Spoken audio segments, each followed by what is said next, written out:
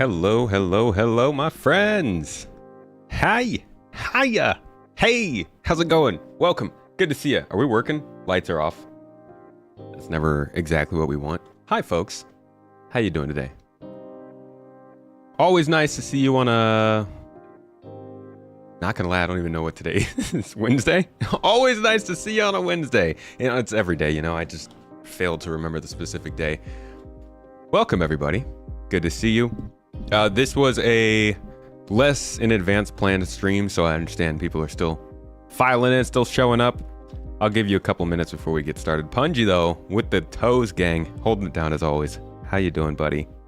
Stanko, hello. Hawk, also known as Farcastle. I will try to remember that connection. Good to see you, though. How's it going? How's your Wednesday? How's their hump day, everybody? Loki, Waterpark, Divisionaire, Phoenix Rising, and Sparky. Hello. Sven, nice to see you. Back again. Sven, back again, huh? Hey, huh? You right? Yeah? Okay. Sorry. It's dumb.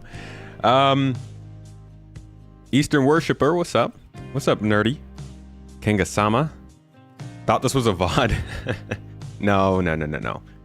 I do sometimes produce very, very impressive VODs where I react to things that happen in the future. Not one of these, though. This one's live. Ewan, what's up? Lanier, how you doing? Hello, that's really cool. Seeb, good to see you all. And Tree started us off with a sub today, actually. Thank you so much.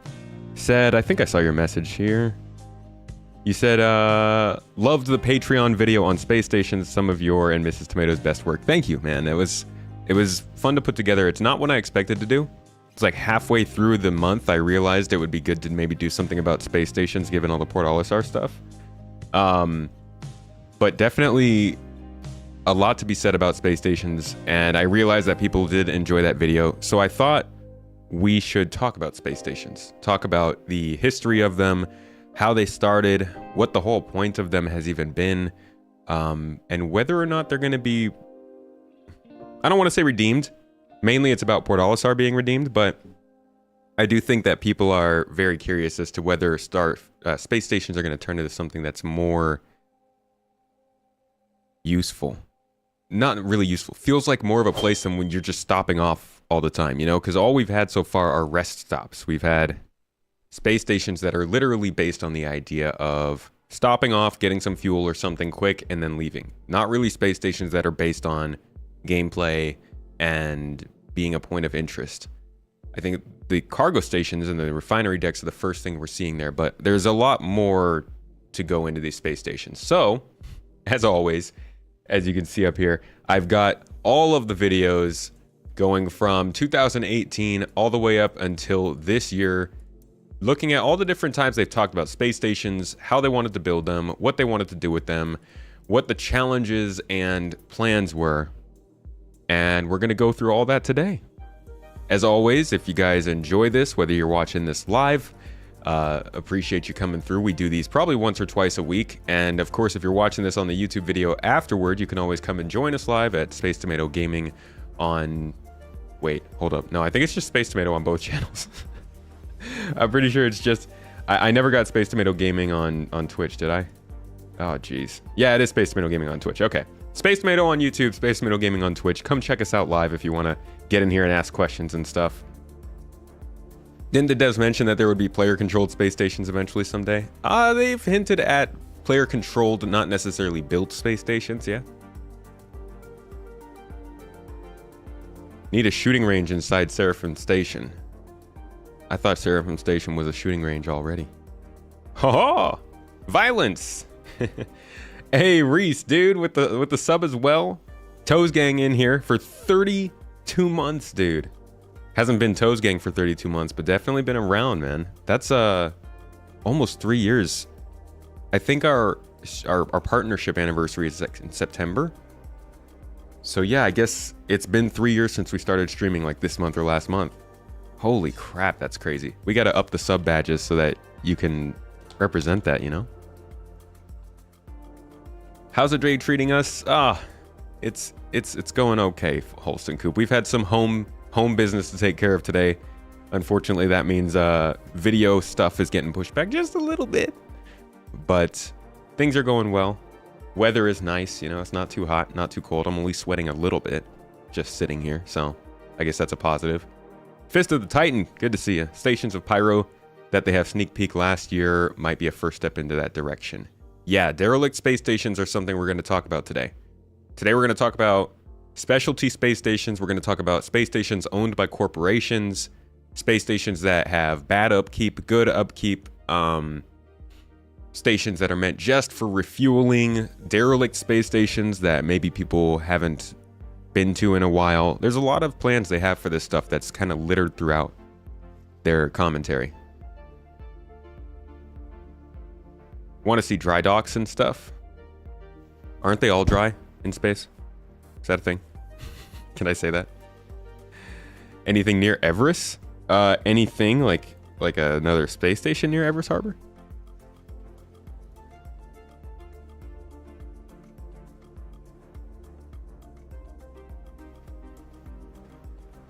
Okay. Let's start this out. Let's get into this. Let's not waste any time. You guys don't want to hear what I have to say. You do want to hear what I have to say. That's why we're here. But like, you know, about space stations, not about our latest encounter with ants invading our house, which, I mean, if you want to hear more about that kind of stuff, you can hop onto Twitter or Threads where I constantly complain, but also constantly praise our everyday situations. No, really, we have an ant problem. It's it's gnarly. I'm sorry. I'm getting sidetracked. Let's get into this. So our first video here is like, this is one of the very first times they have ever talked at all about space stations. I think this was after their first introduction. I couldn't find the very first introduction, but this is just talking a little bit about what space stations were supposed to be when they were first bringing them in. Weeks since we checked in on rest stops, and here we see work that the procedural tech team has done recently on various libraries. The procedural generation, varying color schemes go a long way, along with varying, obviously, the shapes. Sticking with the rest stops, here's a look at recent testing the procedural feature team has done on the approach to stations like this, from a pilot's perspective. Yeah, I can't turn it. Their videos used to be quiet, unfortunately. I can't turn it up anymore. The props team continues just a little to turn bit. out more Lorville conversation. Okay, so that's a first look at the space stations, and then they jumped. This is a few months later, so they didn't introduce the space stations yet, but then we got another look more at the interior of them.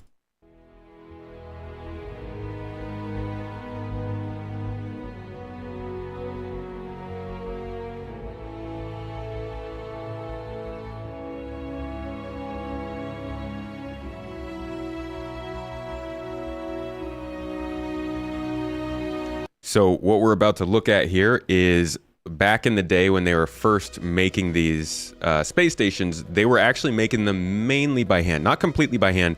They were building this procedural layout tool at the same time. So like the process of building them was not as fast as what they can do now. And this is where they're going to kind of talk about how that process went of making that system work while also building the stations. The reason we developed the procedural layout tool is that we need a lot of locations, plenty of variation throughout the entire universe of Star Citizen. And to do that, we couldn't do it manually, so we needed a smart procedural tool to achieve this goal and do the work. The key requirements for this procedural tool was to ensure that the art team didn't have to learn a new set of rules and change drastically their workflow. We wanted to be able to control. Yeah, I know audio is quiet, guys. That's why I turned on the captions. I can't do any more to turn up their videos. They just did not have great audio back then. Placement, tinting, branding. We wanted to be able to say, make adjustments to an existing area. How much effort is involved in doing that? So user experience is key. And from that, we should be able to create a larger variety of environments with minimal effort, and therefore populate our universe quicker. The core of the tool relies on these building blocks that we call elements. They represent, for example, rooms of a space station and just pieces of whatever the location needs to be built off. These building blocks are then connected to each other through specific attachment points that the artists or designers can define. And all of this is governed by a graph. The graph is usually used by designers because they want to control the logical flow of the location and make sure that the gameplay is suitable for the player. And this feeds information to the elements via tags, because they control which elements comes in and which doesn't in the specific location. From these core things, we develop additional features. For example, an intelligent, smarter way to generate routes between these elements, for example, corridors, and also some verticality control so that we can build larger locations and larger space stations like the larger truck stops and refineries that will come later in the game. The design requirements for the procedural tool is to allow us to have more control over how we distribute the rooms. So this in tail would bring towards a much larger rest stop. The idea here is we can now start blending into separate floors off one sort of stairwell node that we run from here. So with using the... And then they got the music coming in louder than the guy. Like, there's not much you can do here, audio-wise. If I turn myself down so you guys can turn this up, then the next video we go to that's louder is gonna just blow out speakers. So with these first couple videos before they switch to Inside Star Citizen, things might be a little bit off audio-wise.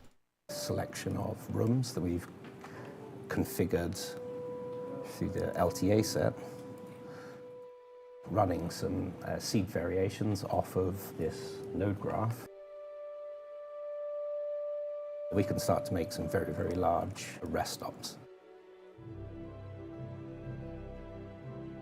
So like they were already scaling up at the time. The stations were nowhere near this size when we first got them. Taking everything from the truck stop, learning from all that, refining the development of the pipeline as we went along, we can now roll that out to looking at hubs. For the hubs at the moment, we can theme them so it tailors to the occupant. So if we have a weightlifter, we can actually have weights there, you can have your protein shakes and so on, and those will spawn in appropriately. We can Gotta get your protein, bro. Apartments to do that. If he's a scientist, perhaps he has a little hobby on the side, a military guy, security, and so on. But if it's a civilian, well, who knows, we could have any number of props that he'll have an interest in. So yes, it's really powerful to be able to generate a large number of apartments and hubs just by clicking a button. So that's kind of, they do this a lot where they work on something for one thing, whether it be caves or underground facilities or space stations, and then they bring that work over to the other stuff they're building. So like the space station tool got used for HABs, as you can see. It also got used for caves, interestingly enough. The Mighty Bridge tool that they use for space stations, which we'll go over in a little bit here, is also used for caves on the ground, which is strange. Worse than watching a streaming movie, incredibly loud music and sound effects, whispered dialogue. Yeah, it's frustrating.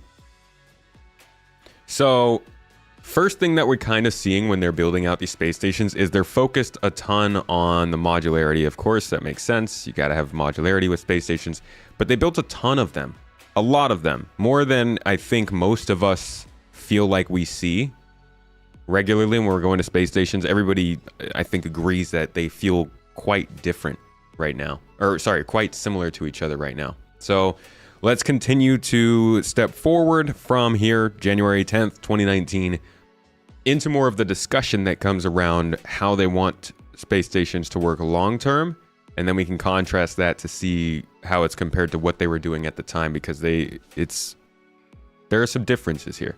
Let's listen in. This is a narrative team, by the way, so they're not necessarily deciding what happens in the game, but they drive that direction and guidelines for that stuff. Right off the bat, are these truck stops or rest stops?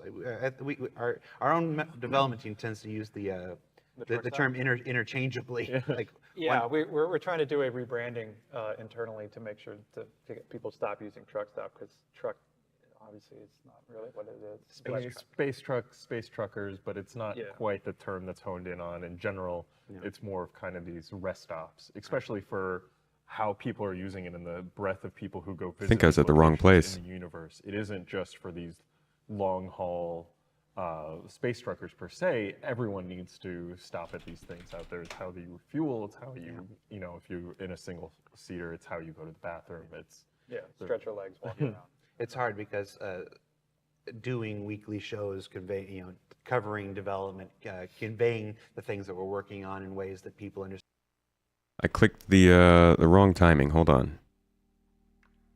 See where that was.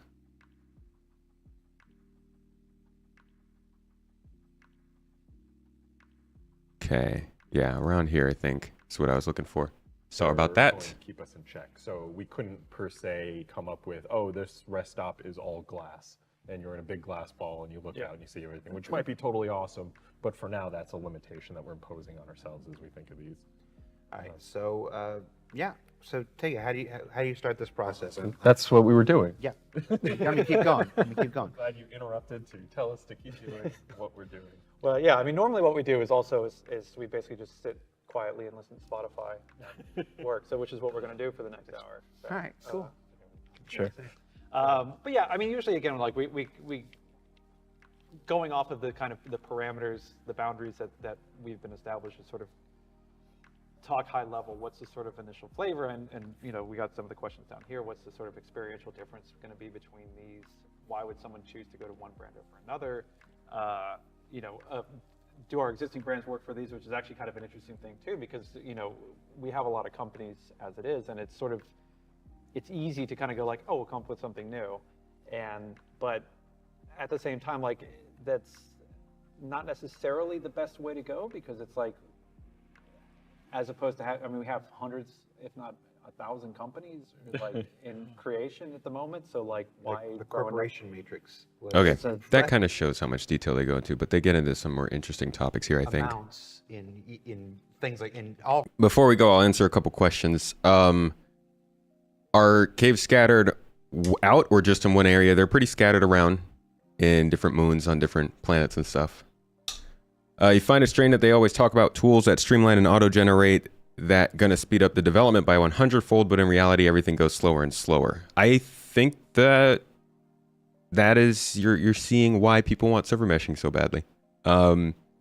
We have seen them expand with these tools and get faster. Planet generation, moon generation, outposts, rivers, derelict locations. All of those things have started to come faster because of these tools. We've seen underground facilities come out a lot faster than people thought they were. We saw them at the end of last year. People thought it was going to take 1.5 years. Now they're getting into production and pretty close to finishing this year. I think there are some things that are happening faster, but substantially there aren't going to be huge increases until server meshing. That's why people are constantly waiting for server meshing. Thought we were boycotting SC. You could boycott Star Citizen if you like. I don't boycott games. I'll just not play them if they're not that great. Cool, haven't been across many caves yet. Yeah, you gotta either get missions or you really gotta look for them to find them. First Guide can show you the locations and how to get there. That also helps a lot, yeah. Managed to find Jump Town, even though there wasn't the event, it had your own run of the place. Oh, and you can get stuff to spawn there? That's cool. They talk too much and no do. I would say they talk a lot and do less. I don't think you could say that they don't do anything, since the stuff that they talk about gets into the game. But yeah, sometimes things take a while. If server meshing ever comes, you think they have major problems with it? They will definitely have major problems with it. It's a new piece of technology, and it's going to be a pain when it gets implemented. That's for sure. All kinds of ventures, including rest stops. Like you could see something like a hire company, like, okay, we want to build the greatest rest stop in the world. You know, we're really trying to innovate. You've seen some of these rest stops in the world that look like Apple stores, you know, in some ways. And then you see the smaller companies. You know, lower end can be a smaller, more independent company that's just trying to get into the rest stop game. Well, and it's not about being run down. It's just they don't have enough the money for a lot of the amenities and a lot of the features. I mean, or conversely, it could be a really major company that's just like, we're just going to spend as little money as possible to turn as much of a profit as possible. Yeah. So it's like, you know, they again, like, it's exactly. It's a thing where it's not necessarily this is a dingy, dirty, broken apart thing. It's just, it's cheap and not built with care, because they're trying to. I keep going back to, like, Fuel Pump is one of the existing fuel stations we have, and like their whole thing was this kind of like retro tinge attitude already. Like they almost had like, would you say like a 50s kind of That was vibe? But like the Meadows retro version. futuristic Yeah. version of it, which might be kind of interesting to, like, I don't know if it's too much of a double down to have like a retro theming on top of like kind of a rundown station, whether that just makes it feel old or whether that ties into better, like, hit that feeling that you want when you go in. Well, the thing I keep wondering though, when we talk about doing that, the retro thing, like from our perspective, it's, you know, it's the equivalent of like, yeah, a 1950s themed gas station. But like, there's something I've kind of always grapple with, whether it's fun or just kind of too mind melty, of like a retro thing in This the is what the 30th 24th century was like for Exactly. these people. Like we come up with this is a 27th century, a classic 27th century gas station, and everyone goes, oh God, yeah, I remember the days, you know. Right. But it's something that's very weird, still very weird and foreign to us. But we set it up in the universe as like, to them that's kitschy. Like we come up with our level of, and that's a little bit hard for us in the current art direction too, because a lot of times we do retro, outdated tech as a sign of like older anyway. So like to have retro tech makes the station feel older to begin with. Like if you look at some of our like lower end locations, we have those kind of more CTR monitors, which is a fun kind of bringing back that retro sci-fi feel from the art direction of it. So it's a tough pickle. Yeah. So clearly they're talking from a super narrative perspective, and that's really important when looking at a conversation like this. What these guys are talking about, they are the writers. They're the ones who set up what the world is going to look like, but they're not putting it in the game. So later on in this talk, we will hear them kind of talk a little bit about this stuff on the Montreal team side of things, which would be then the team that's actually making this stuff happen in game. But this is narrative. This is kind of just explaining the ideas behind what space stations are supposed to be. They talk about these space stations in the same way they talk about the landing zones. The difference between Orison and Lorville being that Orison is tourist focused, it's high tech, it's clean. Lorville is not very taken care of. It clearly belongs to somebody who looks down on the people who are there and yada yada, all that stuff. So they are setting up space stations, narratively speaking at least, to still have those archetypes and to still have differences between them when you go and visit each one. The thing is just that we haven't really seen that yet, to a large extent. I think maybe you've seen that in somewhere like Grimhex, that space station, but being a bespoke kind of one-of-a-kind station right now, that hasn't been able to be expanded out yet. So as we go further in this talk, you'll see them talking about Pyro space stations, which are kind of outlaw focused, a little more like derelict space stations, which would then expand more to these weird situations of stations we're talking about. Now, from here, they quickly got rid of this old model that we were looking at with these interesting designs and started to move towards much more diverse designs at a larger scale, and that's what we'll get into here. Somebody said, there is a risk that server meshing will never be a thing, and we are stuck with maybe 2 systems and 100 players at maximum, just so you all know before investing your money. 2 things there. First, there is always the chance that things will not end up being how you want them to be in this game. So before you buy anything, always recognize that things might change. I recognize that, which is why I don't put a lot of money into this game, personally at least.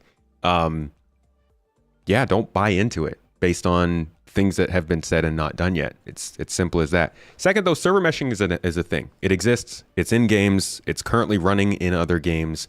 The person and people who are working on it have worked on this in other scenarios. They know that it can work. They're just figuring out the ways to make it work. But regardless of that, even if server meshing didn't work, worst case scenario in my mind, if server meshing did not work, we would have much more basic star systems, but I don't think it would limit us in terms of star systems. I think that you would just have to switch between servers every time you went to a different star system. I don't think there would be a huge hiccup there, but it would more affect how much stuff could happen in one star system, I think. You're going to fence it. You reckon they get meshing in it. They get the extra star system in. And even if it runs well, the game still feels boring with not a lot to do after a week and 90% of the game backlogged. Probably. Immediately after server meshing comes into the game, nothing's going to be different except for the stuff that comes in that update. So don't expect it to change the whole game overnight. Always enjoy listening to the narrative team. They seem like really cool dudes and dudettes. They seem like nice people. Thanks for the Star Citizen video presentations on YouTube and Twitch. They're great for staying up to date on the dev cycle. That's why I'm here. Just trying to help people better understand what's going on. Thanks for coming. Every time you see them talking in their luxury wet bar areas and fancy offices paid for by the gamers and then barely produces, it reminds you just how shady and manipulative SC and its developers are. Would you prefer that they were in bad-looking offices? Would that make it better? I don't think them getting good offices is a reason for them. This is like a this is like Jared's corner of the studio. It's like a brick wall with some lights and his props in the background. I don't think this is really saying much. And then, you know, obviously they made millions of dollars from here and got much bigger offices, but I don't know, it doesn't seem that doesn't make it seem shady to me. It would be shadier if they weren't showing the offices, in my opinion. I think they spent too much money on it, but it doesn't make it seem like shady or manipulative to me. It just seems like they're trying to get good offices for a long time. Hello, Plastic Mbach. Mbach. I think I said that wrong. One legitimate issue with Star Citizen is backers testing constantly burning themselves out, so no matter what CIG does, those backers will only experience burnout. It's easy to burn out on this game. That's why it's good to just take a step back and not pay attention to it for a while. Pretty sure instancing is the backup plan for server meshing.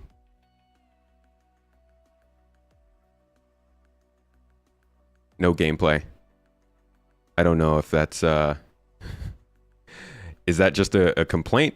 Was that a something specific Voodoo that has no gameplay? Another angle when considering buying this game, you can always view it as, I want this to exist, but also explicitly know that it might not happen crowdfunding approach. Yeah, look past the marketing. They say playable now. Just understand it might be playable now, but it doesn't necessarily mean it's going to be the ultimate playable game in the future. There's a lot of stuff in question. I feel better about it now than I did a few years ago, but it's still, you know, the game could go any direction.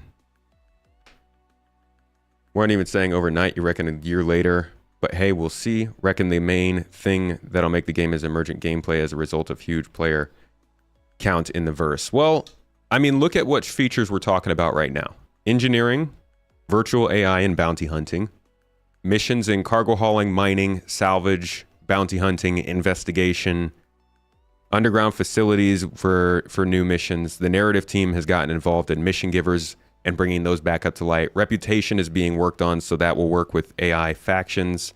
Those are the things we know about, right? Engineering being, I think, one of the bigger ones. If those things are all in by the time server meshing comes in, and then you add another year on top of that, I think there are going to be some pretty significant differences between the game now and the game then.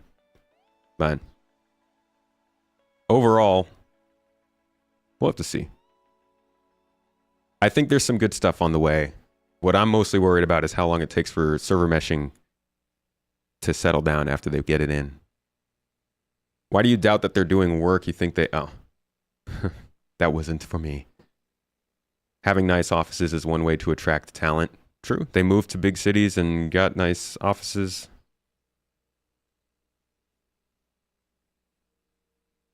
The good offices are clearly to show off to investors. Investors? We're investors. You think that they got the? Do you think they got the nice offices for nothing else but to attract folks that they're generally not getting money from?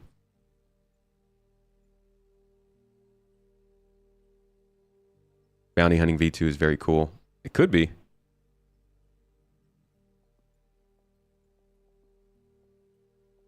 Still feel like 100 plus items for an in-game item is disgusting. Same here. That's why I don't buy them. Every time you log into Amazon or Google, you're logged into a server meshing system. Magic. Love your channel. Just along for the ride when it takes another 10 years. Hey, man. 10 years of more riding is 10 years of more riding. I fully think that there will be another 10 years too. Whether the game is in a place where we don't care that it's being developed at that point or not, I do think that will still be here in 10 years. They got a nice office to close all the small offices so they can get centralized main offices. Did they centralize much? Good offices are definitely to attract new and better talent because the pay won't be much better. Your company just spent 35 million on making nice offices to attract talent. Are you sure it wasn't to attract investors? Intract investors? That's a sign I've already been talking too much. In which case, why don't we get back to space stations? So this was the first look they were giving us at this new expansion into space station diversity they wanted to do. Let's take a look. Vocabulary when it Is the comes sound to any better? procedural design. Let's find out more. We've been looking at increasing the variety and sort of complexity of our space station exteriors in terms of their shape, and basically make our space stations look much more diverse when you first approach them. So the first thing to do was take the concept. We took the concept, we had a look at those, and breaking those concepts down into what would be conceived of like asset sets, and then we're talking about how to stitch those assets together in a modular way. So we would take that first and sort of piece them together by hand to make sure all the assets that we're going to build would work with one another. And then it's a case of taking those into prefab libraries and setting them up to be used with the procedural system. Basically, it's the beginning of fully putting the space stations into a procedural system. Next comes interiors, and then marrying those two things together. And that gives us the ability to go away and then create things like cargo and refinery stations as well. And we're going to literally, everything that he just said, we're going to watch play out over these videos. They're going to start with these exteriors, show us the differing variety. These are the space stations we know, so I won't focus on that too much. Mainly just the way that they're building them out modularly, and then the way that they're going to bring in interiors and eventually bring in different types of specialty decks. So let's keep going. Sorry. Into prefab libraries and setting them up to be used with the procedural system. Basically, it's the beginning of fully putting the space stations into a procedural system.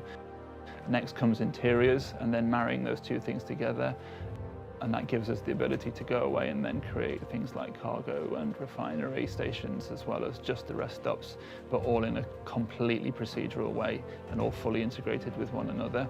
So we should see output in terms of like locations for these sort of what we call secondary, like our landing zones are a little more bespoke. These are kind of more secondary locations, but we want a lot of them because they're kind of going to be the bread and butter of the player experience, and we want them all to look different in some way, and we can only do that using a procedural tools. If you missed what he said there, he said that they want these to be like secondary locations to cities. So like clearly what we have from these right now are so far from what they're meant to be. Just looking at how underground facilities are changing with probably 4.0, maybe a patch earlier, and how they're going from like these really basic bunkers that we all know and hate at this point, and they're turning them into like these multi-layer, multi-room, massive cavernous areas with different functions and lobbies and all this stuff. You can tell they're expanding based on the gameplay that's starting to be involved and looking for better ways to make use of these spaces. I think these are going to expand in the same way we're seeing UGFs, but let's keep looking at how it expands from here. And I've got to go close the window in a second. What it is, there it is. Just the start of a new sort of expansion of our sort of procedural space station locations. So for this release, for 3.6, we're looking at updating the exteriors, so they should be a lot bigger. They'll be a lot more fun to fly around. They'll be more diverse in terms of where the hangars are positioned, where landing pads are positioned, but you're not going to see much in terms of expansion for the next release. That comes in the release after, and we're looking at updating the interiors as well. And then as we sort of roll later on into the year, you'll see those sort of come together, and our entire sort of rest stop experience for the player should be a lot more sort of diverse and expansive. When trying to sum Like you guys just spawning that soundbite on top of each other. There he is. Okay, so very first look at the expansion to space stations at the time, that was around summer of 2019. So again, this is before we ever got the space stations that we know now. It's funny to like look at how long Star Citizen's development is. People talk about how it's been 10 years, yada yada, all this stuff, and then realize how much of that actually happened in the last 3 to 4 years to recognize that things actually have been speeding up. But that was our very first look at those new stations. Now we have a little talk here with Todd Pappy, where he just kind of talks a little bit more about these space stations and how they're going to work. Generally, when Todd Pappy talks, it means that things are going to go in the direction he's talking about.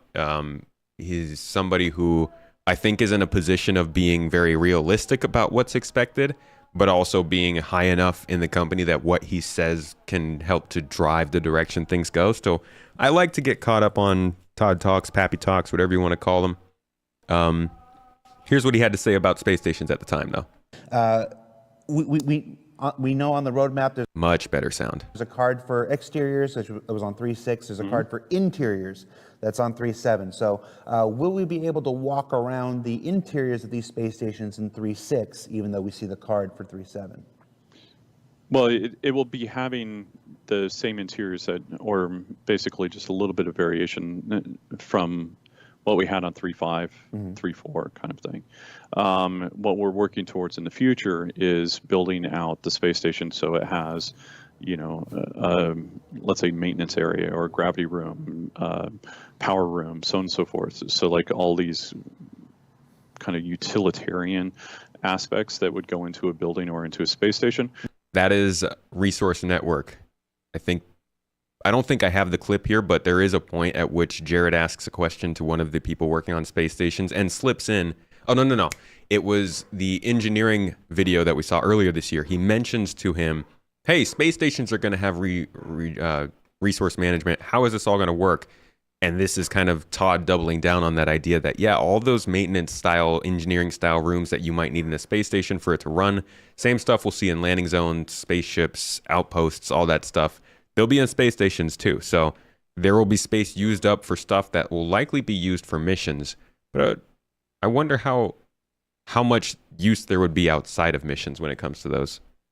Kind of utilitarian aspects that would go into a building or into a space station, and then hubs, for the employees that live and work there. And then there's basically the social areas that we have right now. So when we go into like 3.7, 3.8, we're trying to build those 3 sections, and so every station that we'd be putting out would have those there. Some of them would be able to be accessed, some of them wouldn't be able to be accessed. No, that didn't happen. But they would still technically be there, and so that allows us to have parity across the board. So if we do something where it's a station that's living and breathing and working, just think of it like a building. If you go into an office building, a lot of times there's security there, and you can go into, let's say you can go into the lobby, but you can't go into the whole building. Versus if the building is a derelict, then you can go in through the whole building and check it out. This reminds me, I was in... Or if the space station was a derelict. Sorry. Yeah, the shirt. I love the shirt. Obey Cthulhu. How do you not get in trouble for something like that? Okay, so we saw kind of the exterior rework of these space stations, and Todd Pappy talking a little bit about what they want to do with the interiors, and then we finally are able to see some game dev stuff.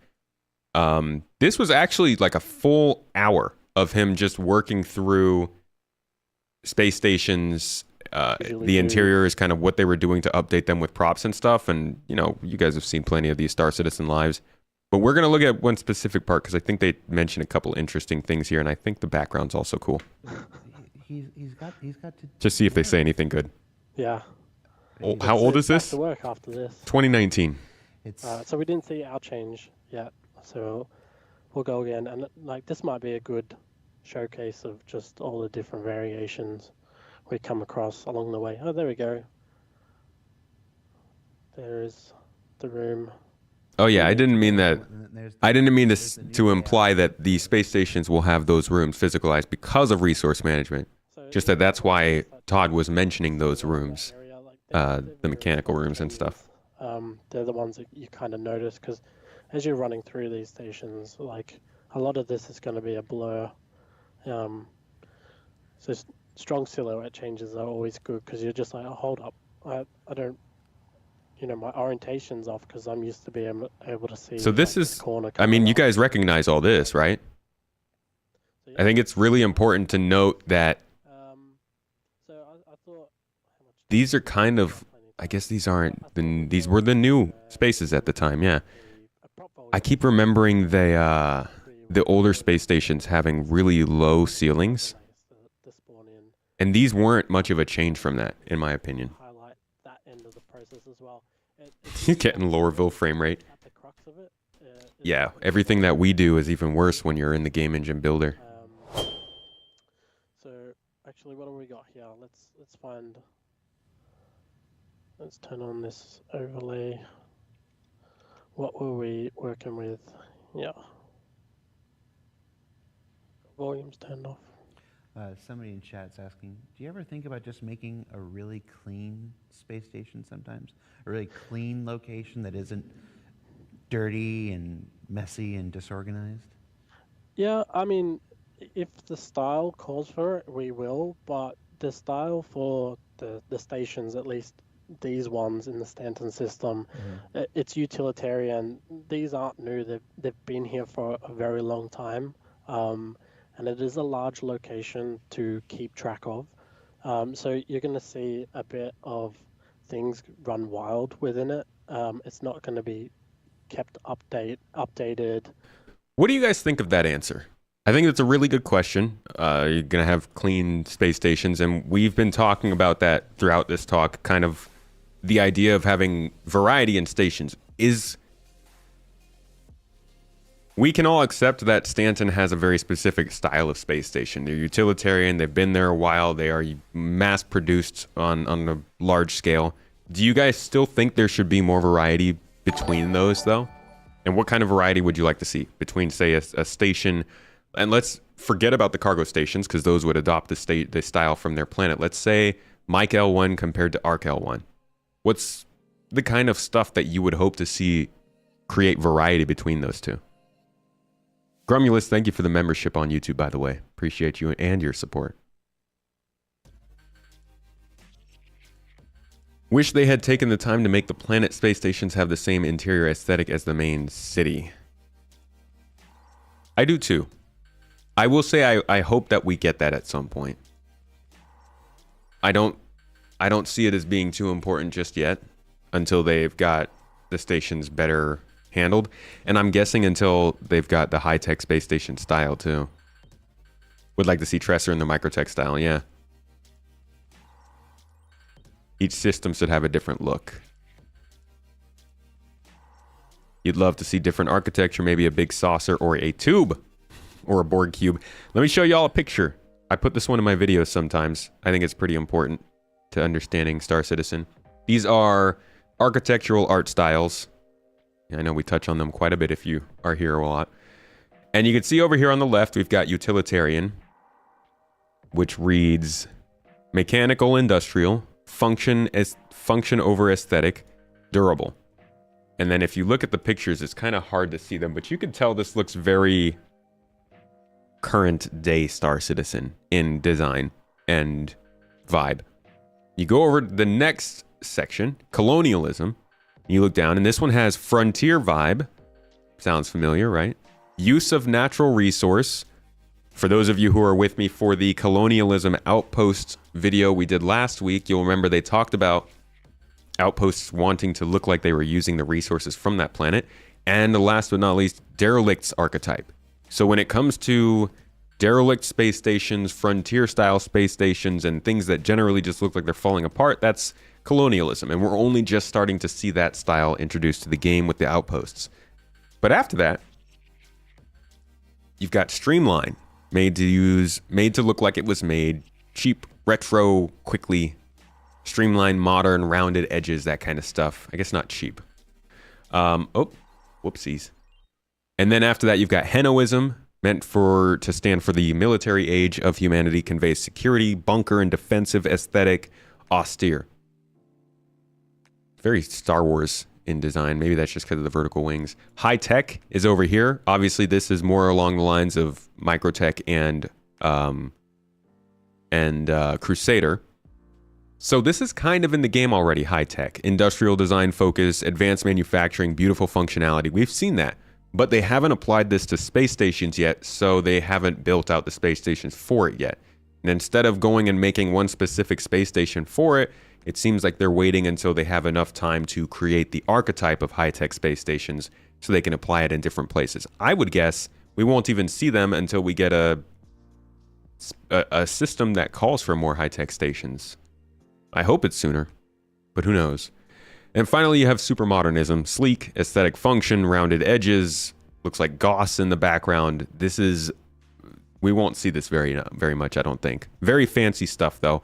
Overall, all of these are styles that we will see throughout the game, and they will have to develop over time. Like I said, we're only seeing utilitarian and colonialism in large amounts, so they've got a lot of work to do in diversifying. But the plans are there, and they have been laid out.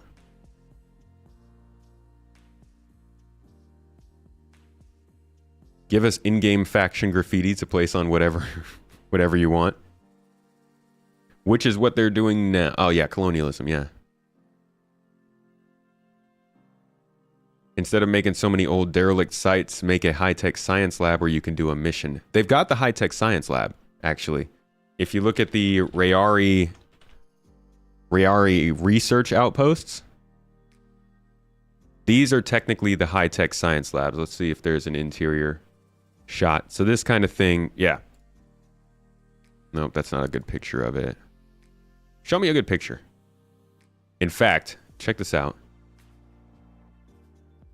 If we look at this, and then we go back to this, look at what picture they have for high tech. You recognize it? They're definitely at least hinting at the fact that these Rayari outposts and these research facilities are bordering on high-tech construction. So now they just need to start adding some missions to them and upgrade them. Maybe the new outposts that we get will have that upgraded style.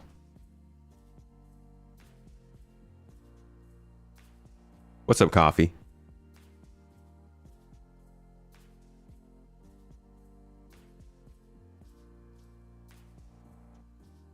The other thing with a lot of space stations for our use is the company that owns them. There are 4 essentially truck stop and gas station companies, right? Well lit equals high tech. Duh. Don't you know? That's why I have so many lights in my house. By house, I mean storage cabinet. By storage cabinet, I mean cave in the forest with a metal door over it. Lots of lights, though. High-tech cave. All right, here's some more talk about the new space stations from the interior side. This was fall of 2019. Let's see where we were at that time. Don't fail me now. Sound. Exteriors in for 3.6. That's a little quiet. We obviously wanted some new interiors to match those. One of the big challenges with working procedurally is that you deal with libraries of things like rooms and libraries of prop stuff that are all separate from one another and then get pieced together. And what often happens during development is that you don't see a final layout until quite late in development. We are going to hear about the solution to that problem. Might not be a solution, but I think something that at least makes that problem a lot better soon. TM. Which makes producers and directors a little bit nervous because they're not sort of seeing an end result till reasonably late. But when it is all set up, when all those filters and rules are all worked out and figured out, the end result is like a much more expansive set of layouts all the way through the development.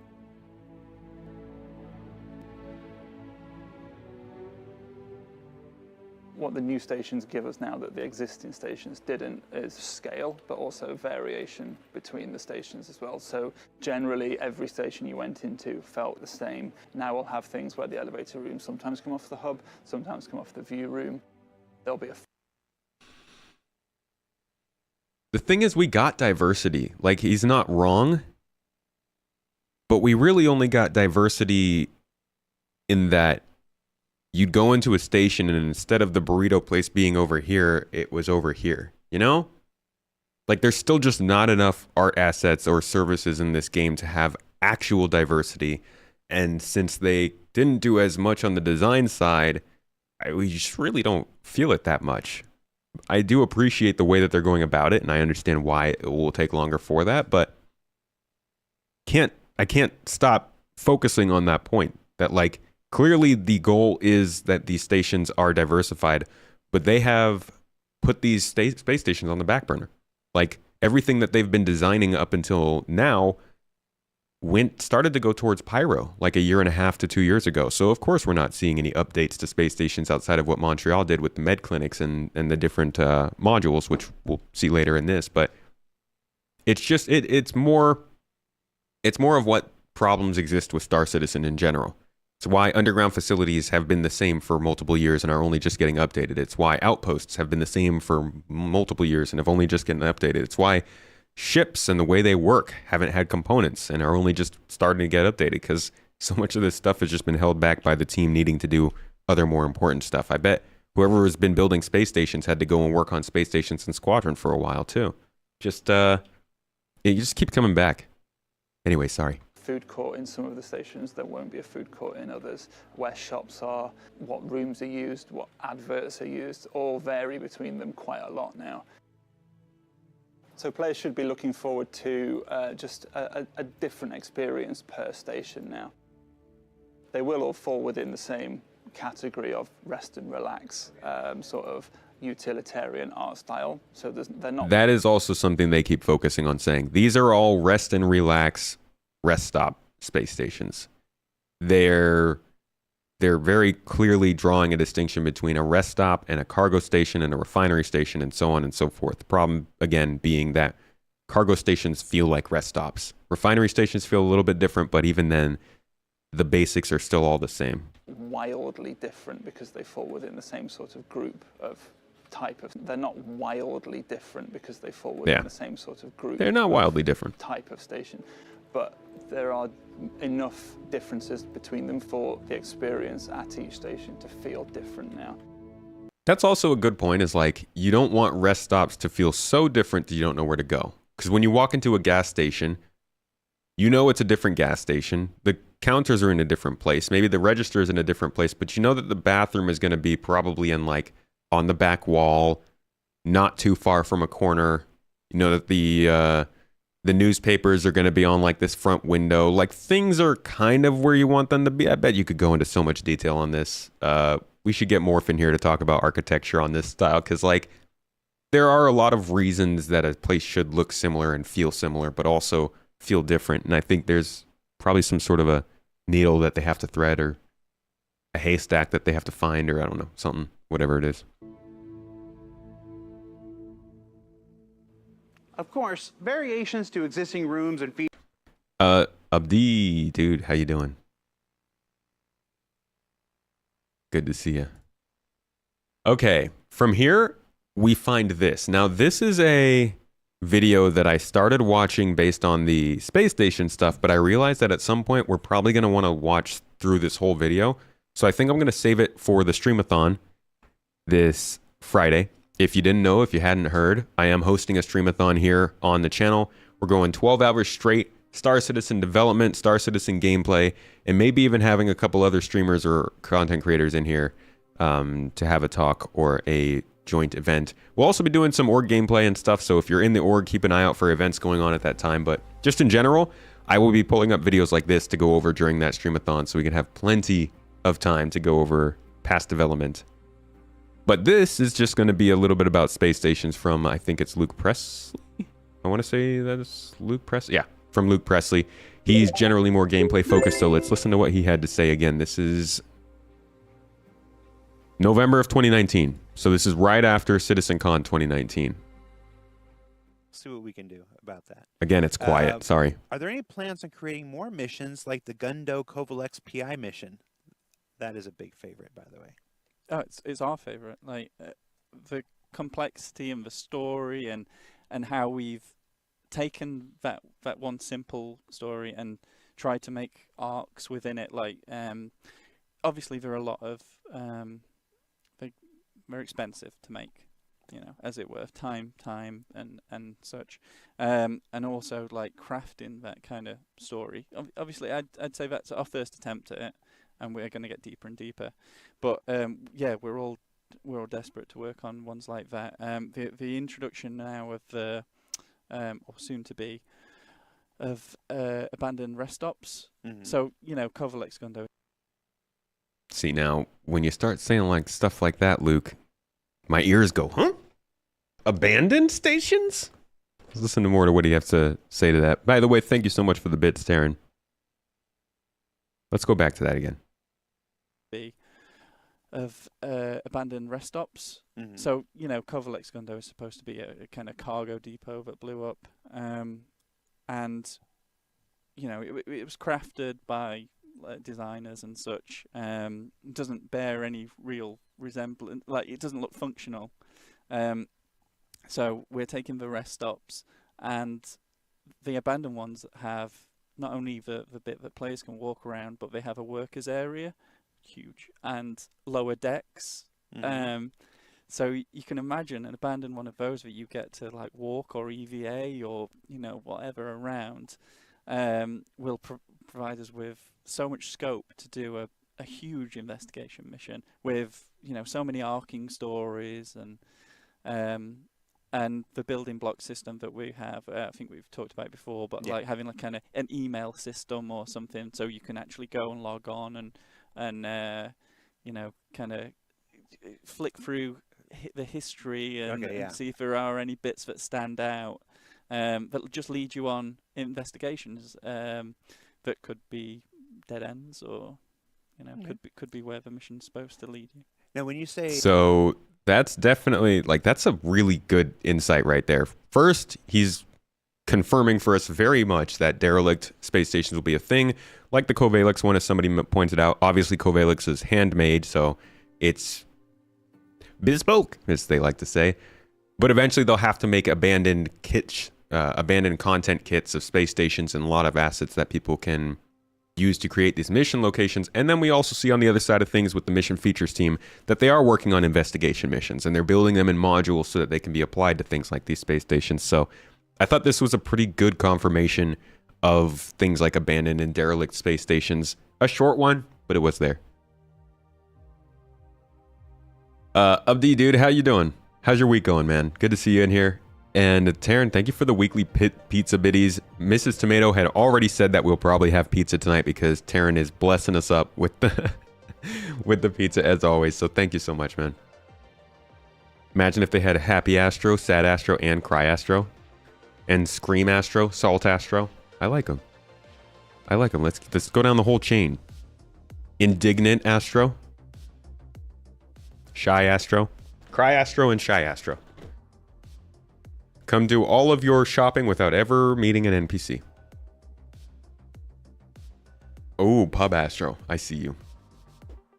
Investigations are your favorite types. I'm really, really hopeful for those investigation modules, and that they can fit those into missions that don't start out as investigation, but require you to do investigation to complete them. You know what I mean?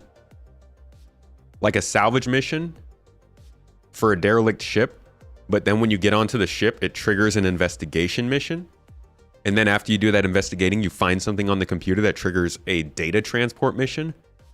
And then when you transport that data somewhere, you get to a place, you turn it in, and suddenly you have a mission giver who opens up a new chain of missions because you managed to get this data back to them or something. Like, that kind of stuff is what I want. But that's also very complex, and I don't know how hard that would be to build on a scale like Star Citizen.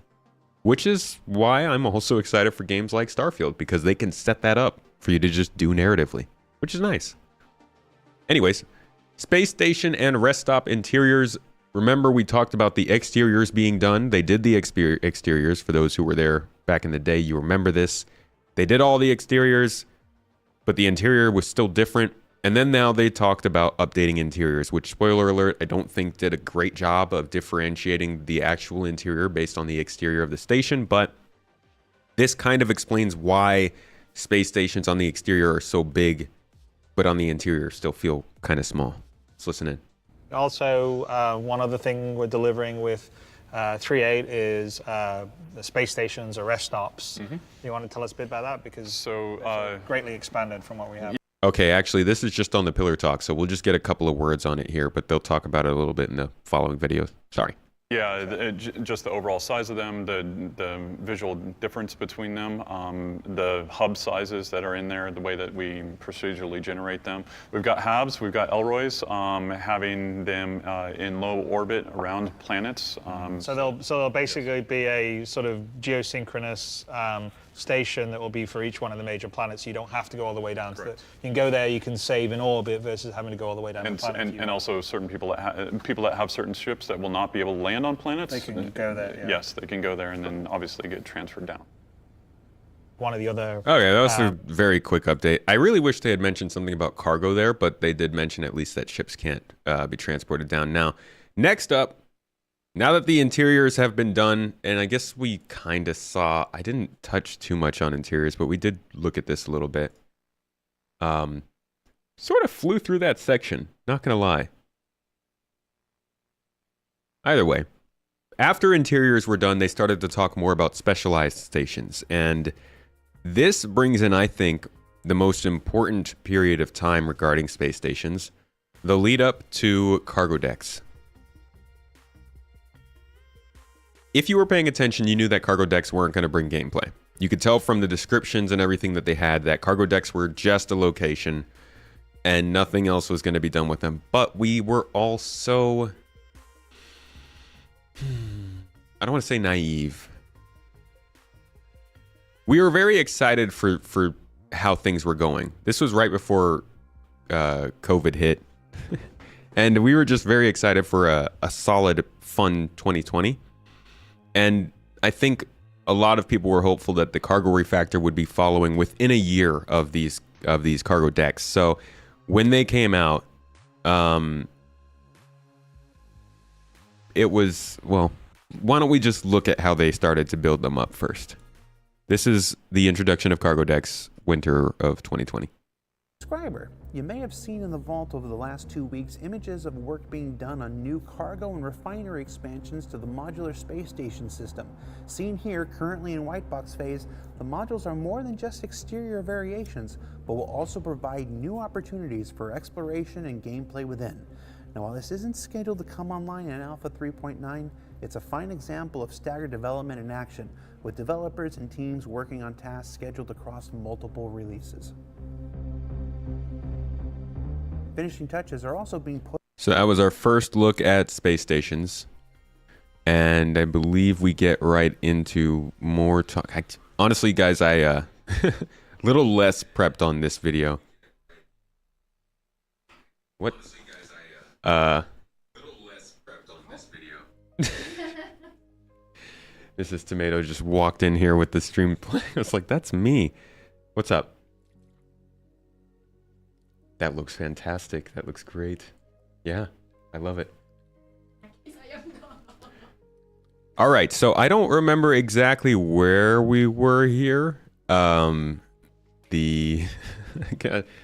pulled up a lot of these videos and got the information, but I didn't actually write it down for myself what each tab was going to be. So I don't know what this is going to be, but he's probably talking about cargo decks. Let's listen in. We started the sort of mainly working from home stuff that we're doing now. We started work on a couple of new spaces for the space stations. So the cargo shop is a little different from the shops which have been kind of like a single purpose shop. It's kind of a one-stop shop for all your cargo needs, and it'll have a small commercial area for retail purchases with possible sort of guild discounts available. Then there's a small administration area and also a small area to sort of eventually rent cargo specific ships as well, and potentially going forwards cargo containers and things like that. It's obviously set in what we're trying to do as a sort of delivery warehouse, mentioning no sort of brand names of course, but if you've ever been in a post office it should be kind of familiar. It's a large warehouse with lots of stacks of different cargo and supplies with a small commercial area for customer use. So another location that's getting a refresh is going to be Grim Hex. We're adding hangars. So they were talking a lot about the things that cargo decks would be used for, and they all make sense. Buying cargo, getting cargo supplies, moving cargo around. But it was kind of like, is there actually going to be any different? Like when these things came into the game, I kid you not, you never had to go to one for cargo gameplay. You still don't have to. You could just go to the admin office, I think, for all that kind of stuff. So this whole area is definitely going to have a lot bigger difference at some point, probably when the next version of the cargo refactor comes out with the cargo freight elevators. But when they first came in, these were meant to be something that diversified and specialized space stations, and they just did not. And then we had refineries. But before we go into refineries, Stanko, you mentioned missions in Elder Scrolls Online. So it functions like that then, where you do something random and it stumbles you into something that's more significant. If that's the case, that's really good to hear, because I would love to see more narrative missions that pop up without you realizing they're supposed to be narrative missions. You know what I mean? Just for renting ships and buying the Grey Cat armor. Right. And I think that should be the place you have to go to, like, maybe get updated prices on commodities, maybe figure out what commodity stuff goes through that station. I don't know. I don't know what you would do in a cargo deck, but like more than probably just buying some things, I would think. Then from there, they talked about the refinery decks, which was the other thing that was specializing stations at the time. Over this quarter, we've been following along with the early development of our upcoming refinery decks, and we're here now with another look at current white box, gray box look dev. The refinery decks are meant to occupy a separate space within the rest stops from the more commercial areas. These are where players come to handle their more industrial needs, from refining mined materials to picking up mining related missions, or even buying new mining equipment. One of the larger elements of these locations are the blazing heat generated from the open smelting facilities and blazing slag being poured into vats. Blazing slab. I will say this, the refinery decks are still some of the best atmosphere in the game. The loud speakers and the sound effects. What does my brain do when that happens? Like, do you forget what words were? The sound effects, the lighting effects, when NPCs are actually moving around, the worker people. Like, refineries are pretty well done. But again, it's a lot of space and not much stuff going on there, whether it's missions or what have you that they might want to put in there to update the space. Just having a simple kiosk for going in there and refining is just not enough yet. I do wonder if there's going to be space station style refining that you can take part in. So you don't need a refining ship to do refining gameplay. You just have to go to one of these space stations and sign up. But that's not something they've really talked about. Hello, Moon. How's it going? They are very crowded these days with new gear and animations. The refinery decks, more often than not, I find all the NPCs standing up as a team in the entranceway getting ready to kill you if you refine the wrong goods. It was just that your brain was faster than your mouth. That happens a lot. In fact, I was told quite a bit as a kid that I need to think more before I talk. I was told that like every week as a kid. Who's laughing now, elementary school teacher? That's right, Darlene.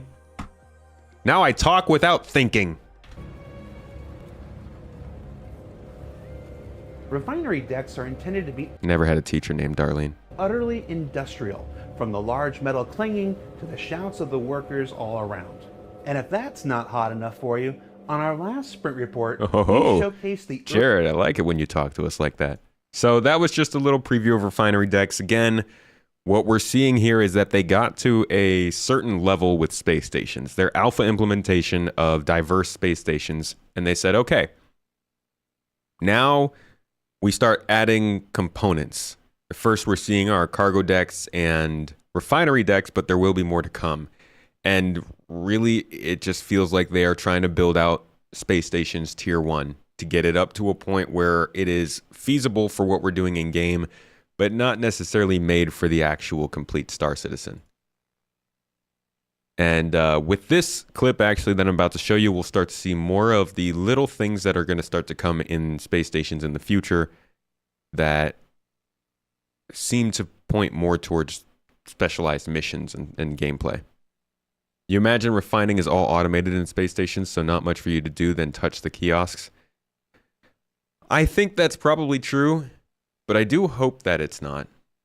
I think it would be very cool to be able to do any ship gameplay you can do on a ground or space station location, so that if there is gameplay that happens to be locked to a spaceship, somebody doesn't have to work their way up to knowing, making 5 million credits just so that they can try salvage.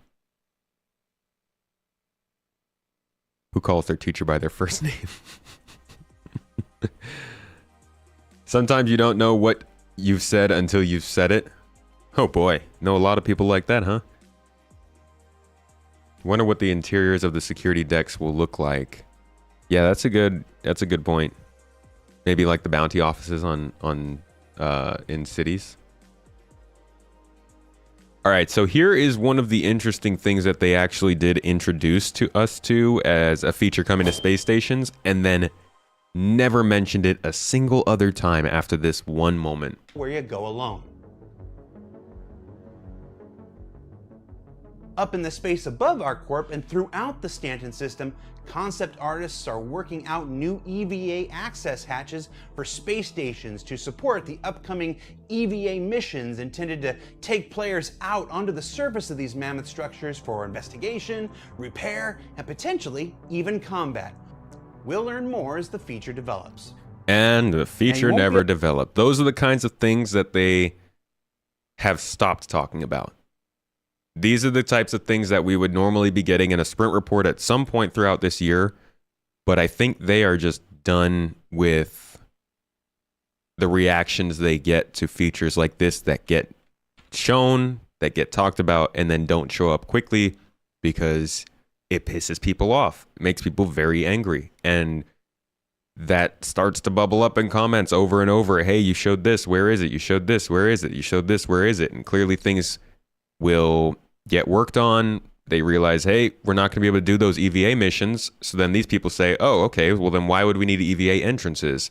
And they stop working on the EVA entrances, not because it's their fault, but because somebody else had to switch their tasks because they can't do EVA missions. Maybe because EVA wasn't good enough, maybe because AI couldn't back the EVA missions, maybe because space stations didn't have enough going on to, say those missions should happen. But this is a very clear example of something happened on another team that caused whoever was going to be working on these to not work on them, whatever features were going to be followed up to not be followed up on, and we never heard about them again. So I think that we will be seeing these at some point, just not right now. Because obviously we need EVA entrances to space stations. That is docking at a security docking port. It is very similar to the docking ports that they were working on.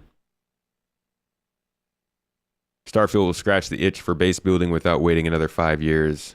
Yeah, Starfield's going to have some base building in it, which should be cool. Didn't even know they talked about that or showed something like that. It's a lot of these types of things. Don't understand why we don't have simple generic missions like this yet. They want them to be systemically generated by the component and economy states, but why not just make them random? I just don't think they had a missions team to make them. Like, look at how I think the missions team only started showing up on the monthly reports last July, maybe? So whoever they wanted to be working on missions, they were probably very specific people working on missions based entirely on the work they were doing, rather than people who were making missions to be placed anywhere. So yeah, features on the missions side wasn't in the monthly report last July.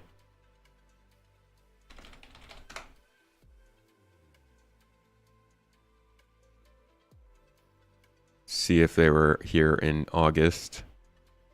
Yeah, so August was the first time they showed up. And I think this was really the point at which we could start to reliably say, okay, we're going to start getting missions. And we noticed them. This year we started getting missions. Salvage, mining, Orison missions. They're doing more missions at derelict sites. So I think it just took them a while to get around to it, to be honest. It's an example of someone's idea. They gave it to someone to develop and then scrapped it to work on something else. Yep. Very Google.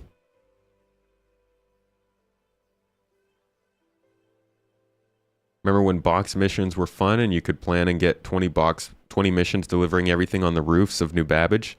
That was good times, yeah. It shows a lack of focus and a clear roadmap for the game. Yeah. If you were here in 2020, there was not much focus. I mean, besides COVID and the whole thing where they restructured everything in 2020, that was also around the time that iCache failed. So I think iCache failing, setting back a lot of that growth that they were expecting, was, whether that be a lack of focus or just a lack of things not working out. I think that was a big part of a lot of this stuff just not panning out in the long term. But a lot of their stuff has been shelved after being worked on for some time. I've never really built a game before. I can say running Space Tomato, which is a very small business in comparison to this, I'm probably less focused and less good on launching things that I'd like to launch on time than CIG is. So I can understand and sympathize with them from that perspective. But I've never built a game. I don't know exactly how game development works besides what I've seen from what they say, what Satisfactory says, what Universe Sim says. And this seems fairly standard in terms of game development. But I don't actually know for sure. Also, NoClip. If you don't know NoClip, they do a lot of development-based documentaries around video games. And a lot of the stories that they get from companies building games talks about stuff like this too. Anyone know how many new employees CIG has hired since they announced they were hiring 1,000? I have no idea.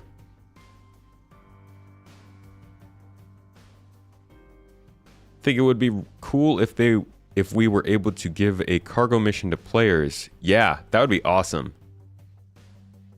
That would be so amazing. I wish we could assign missions. Let's put a pin in that. In what?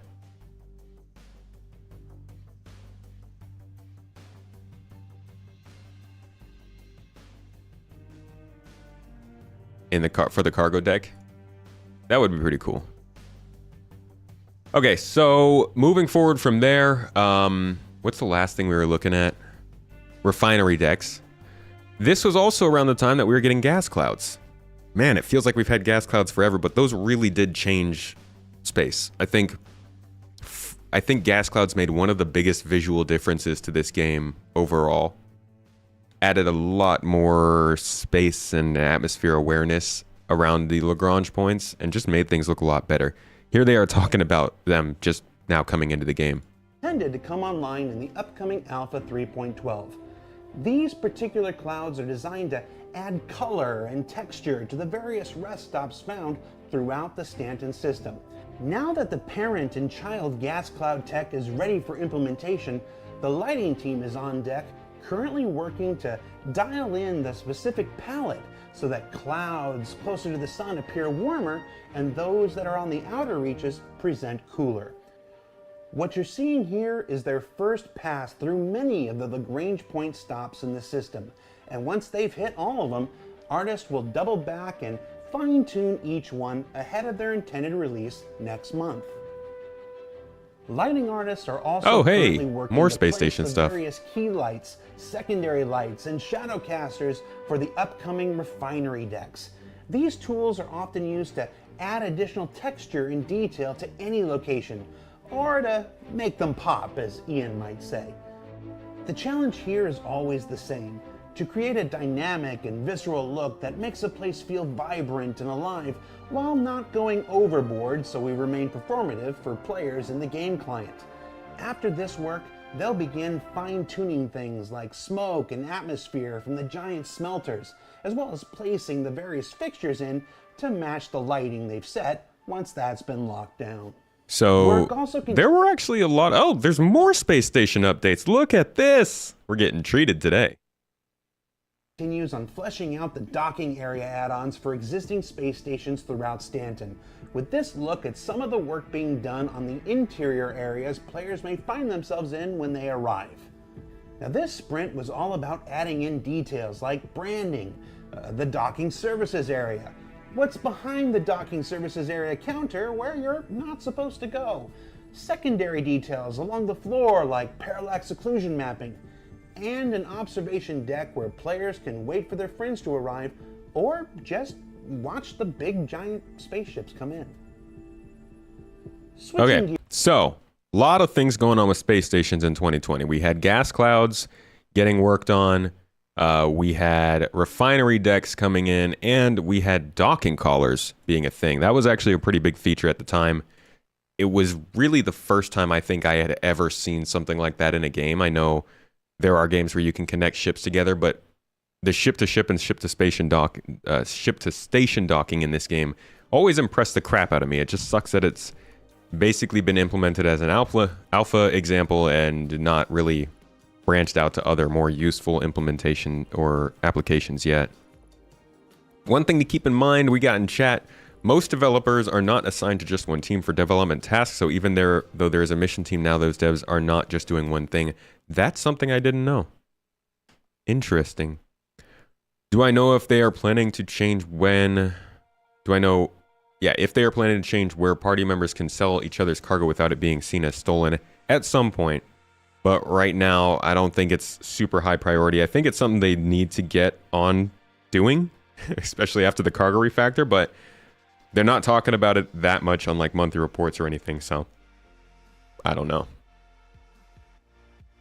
You do a lot of work, not on games, but web and intranet application stuff that can't be predicted will always occur unless you do something you did exactly the same for hundreds of times. That's probably what messes them up the most. I mean, somebody did mention they're making everything from the ground up. They're trying to build a game engine. They are trying to do it from a very small company when they started. They're trying to do it for a niche game, let's be honest. If this was like some fantasy RPG, it would probably have, I won't say done better in terms of money, but probably gotten a lot more attention. They're doing all of it while trying to keep the game playable, which is one of the biggest things that's probably holding them up. But then at the end of the day, a lot of the stuff they're doing is first-time stuff for this game engine in specifically. So building blocks, UI systems, the way that AI works in the networking environment, server meshing, PES, actor status reworks, and all this kind of stuff is like stuff they're building. So I do kind of get that if something breaks, they have to figure out a way around it quickly while keeping it playable and making sure it'll work with the game in the future. They've just bitten off a lot. They've bitten off, I won't say more than they could chew, but probably more than most can chew, and I'm glad that they've been able to keep it together this long, but man, it's been rough for them. It has been. All right, now another touch on the docking collars that we just looked at, some of the development going into those. Again, this is now 2021, we're moving on a little bit. Those who have already jumped into Alpha 3.13.1, currently available in the public test universe, know that ship-to-station docking is coming, along with Invictus Launch Week later this month. And here you can see some of the final lighting passes being done for the various rest stop and security station docking areas. Now, I haven't seen this yet, so I'm just gonna watch along with you.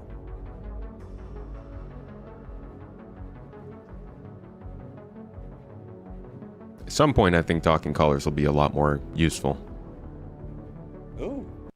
Razy, thank you for the subs. Oh, thank you for the gifted sub, my friend. For the bits and the gifted sub. That's a lot of good pizza tonight. Appreciate you, buddy. Thanks for the support.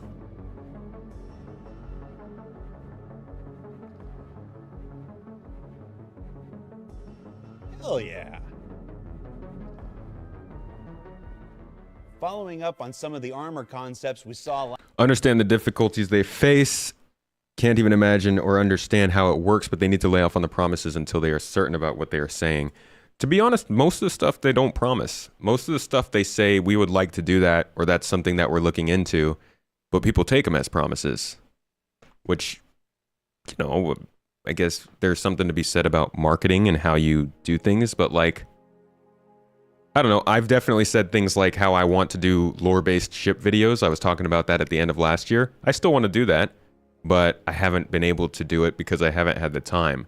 In the same way, I don't think that they're necessarily saying, hey, we promised to do this stuff. They're more just saying, hey, we want to do this at some point, and then it, you know, gets written down and it's remembered.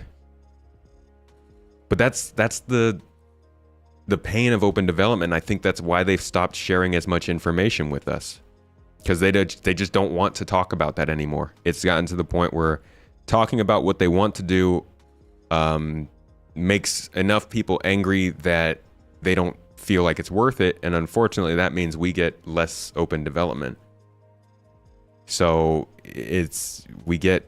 I personally don't like that. I think that being able to know everything that they are trying to work on is important, as long as we are reining in our own expectations and kind of understanding where they come from. And it took a lot of people a long time, myself included, to understand fully how we should be reacting to this stuff ourselves. But the only answer to them being held responsible less for the things they say is just not saying things. And so that's what we get now. And I think that's killing a lot of people's excitement for the game. The fact that we don't know what's going to be in the update right now is, I think, part of a decreased interest in development we've been seeing this last month or two.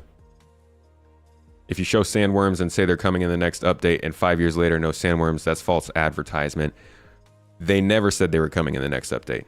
In fact, we can go back to that video real quick, because I think it is pretty important to reflect on that one.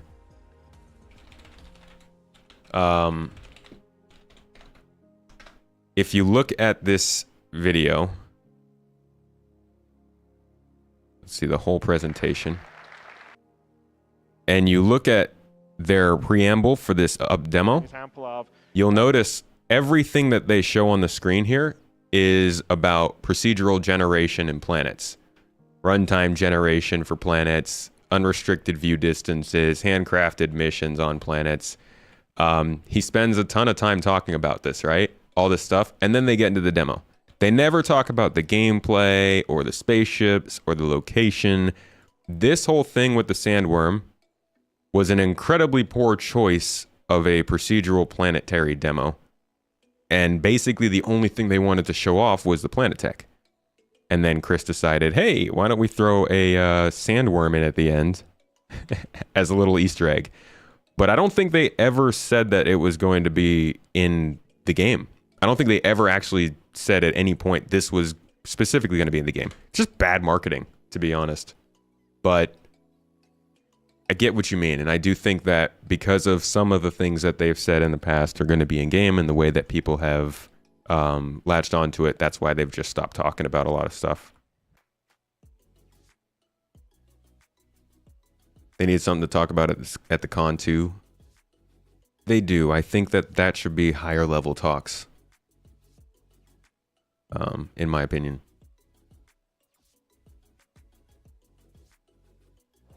Sandworms might never be in Star Citizen.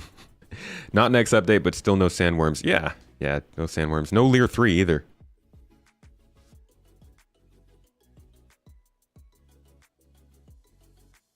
Put in for spectacle, nothing more. It's a bad idea, but yeah. The faked sandstorm. That was very cool. The sandstorm was the cooler part. Sandworm is located in Lear 3 according to lore, so yeah, it's like a long ways away, even if we wanted it in game. Probably going to get docking collars when we get capital ships. Well, we have docking collars. You can use them in game right now. They just only work. They're not doing anything else with them yet.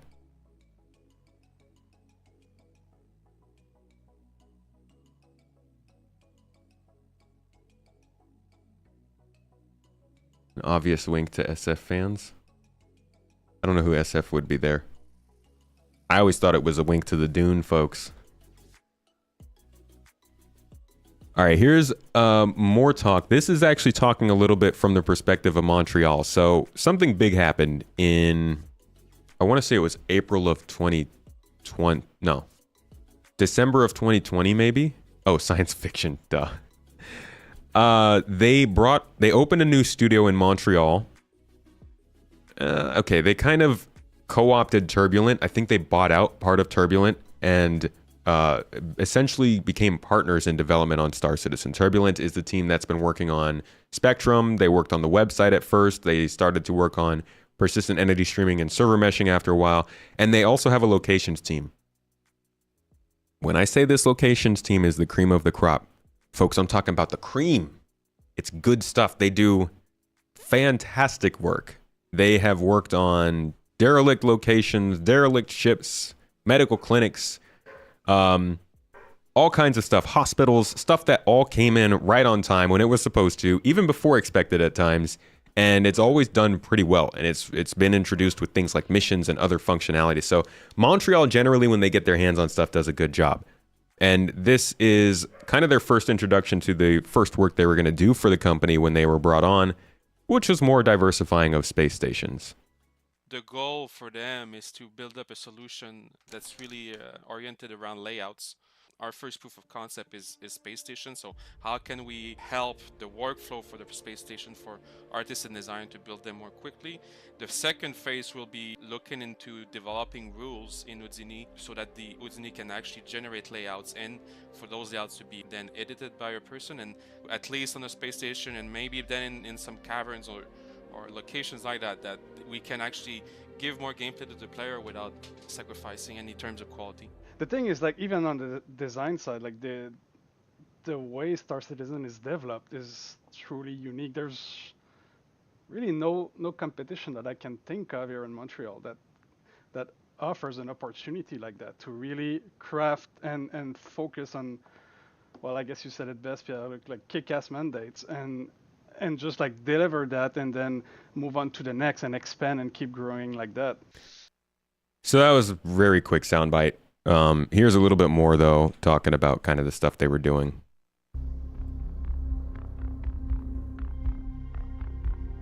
We'll also have rest stops. They'll have clinics within them, and they'll also be able to, they're tier 2 facilities, so they'll be able to heal moderate and minor injuries. And then the okay, if you couldn't tell what he said there, it said basically that we're working on medical clinics at rest stops. So again, another thing to diversify these locations. And then we started to get more into talking about Pyro space stations. This is when we finally got to learn more about how space stations are going to differ if they are not coming from rest and relax places. Not necessarily touching on Port Olisar and Seraphim Station and what's going on in Stanton, but more talking about the future with derelict space stations and outlaw-owned space stations. We'll kind of skip around this section just to talk, listen to some important parts. It's a pretty long section, so I don't want to make you guys sit through all of it. That variable flare star going on. So they kind of utilized the system for resources, and then when they kind of tapped out, they just sort of left, and that's when all the sort of squatters came in. So there's sort of older infrastructure built to sustain kind of the mining activities and the gas harvesting and stuff like that, but you know, they just basically left, and then other populations started to slowly move into the system, criminals, squatters, survivors, and whatever, and start to kind of take over what was left behind. Which gives us some unique gameplay comparatively to Stanton and the space stations there. So with Pyro, since they're in such disrepair, some of them are inhabited, some of them are completely abandoned, and then so players can go and explore, they can go and see what's happened there, whether it's been hit by an asteroid, or if it's there was some sort of conflict there before. But you'll be able to go and explore the different decks and be able to go and meet new people, meet the frontier lifestyle, enjoy it. Okay, so before we go to the inside of the stations, we're going to jump now to Eric, and he's going to go in a bit more detail, the concept development process taken when looking at the exteriors. Hi, I'm Eric Gagnon, Principal Concept Artist on Star Citizen. The goal of that initial step of sketch development is to create something not invited.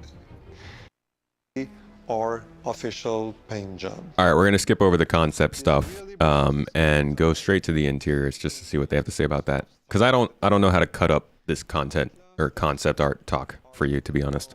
The Pyro system, and we hope this first exterior concept phase excites you as much as we had fun to create it. Thank you. Thank you, Eric. Looks great. That's the exterior. So right now we're going to go from the outside and we're going to jump to the interior.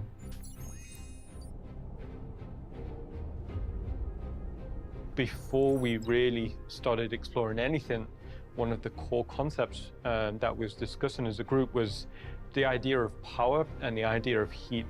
Now, we've got like this big interior layout of this, maybe this old mining station. How would they have adapted the space? You know, they would have, right, okay, we need power here. Okay, that will create heat. So we started thinking about, okay, where would the heat lamps be? And then where would light come from? So just the principal concept of power, creating heat, creating light, that was pretty much the core of the start of the visual development process. So when we started talking about it from a design side, we needed to make sure that we were covering certain shops, just basic needs for the player. Everything's bare bones. It could be that it used to be a clothing store, now it's a food shop, and so they've converted it. The gangs moved in. You know, it's not what it used to be, and but you see that old skeleton there. One of the things that definitely we've been talking about with Pyro that we didn't really get to see in Stanton is the idea of the sort of the gang presence. So, you know, that idea that they're the sort of local law in the area. So, you know, you might see gang members coming and shaking down some of these shopkeepers for protection money or rent, you know, type thing. Or even shaking down the player. Yeah, which would be very fun. not for me, but. So when we started to explore some of the side areas, there were other factors that we had to cover. Habitation, clinics, you know, players need a place to sleep, to log out, as well as players need a way to get themselves healed. And then we started taking the same treatment or similar treatment that we were doing with the main market area and started to take it into the hubs and how they were possibly repurposed, or the clinics and how those were possibly repurposed. So, and just make sure that everything felt cohesive in its raw, natural form. In the way that we have the station structured, we haven't let players go into like living quarters of where the people that lived at the station would be, or even into the lower decks where the power, where the gravity generators are. And this is where we're going to start introducing these areas. So that's another pretty key. I mean, it was Todd, right, that mentioned that last time when we talked about it in that video all the way back here.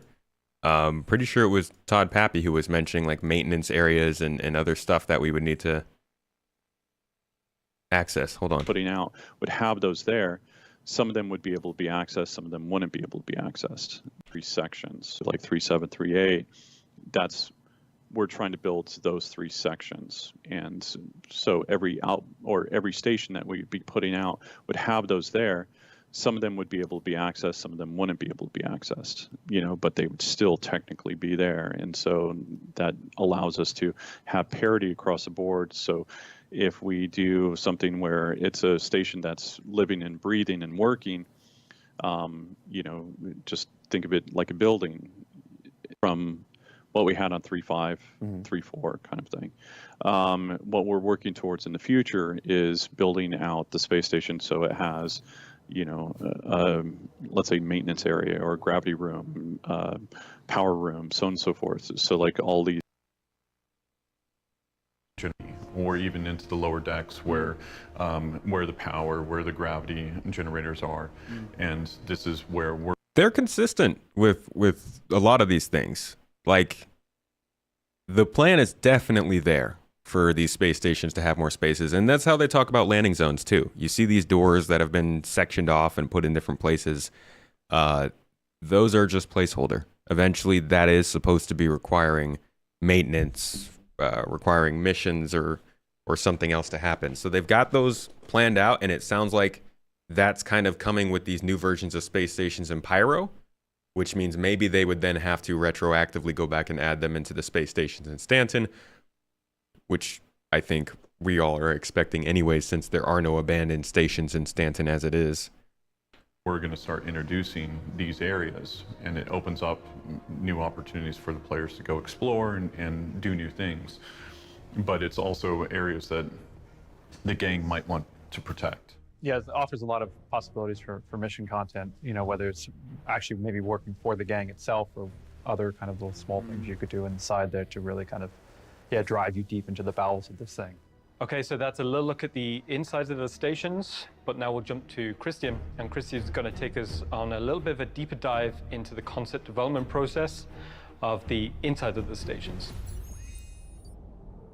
All right, there is actually a part here that I think is interesting and worth watching.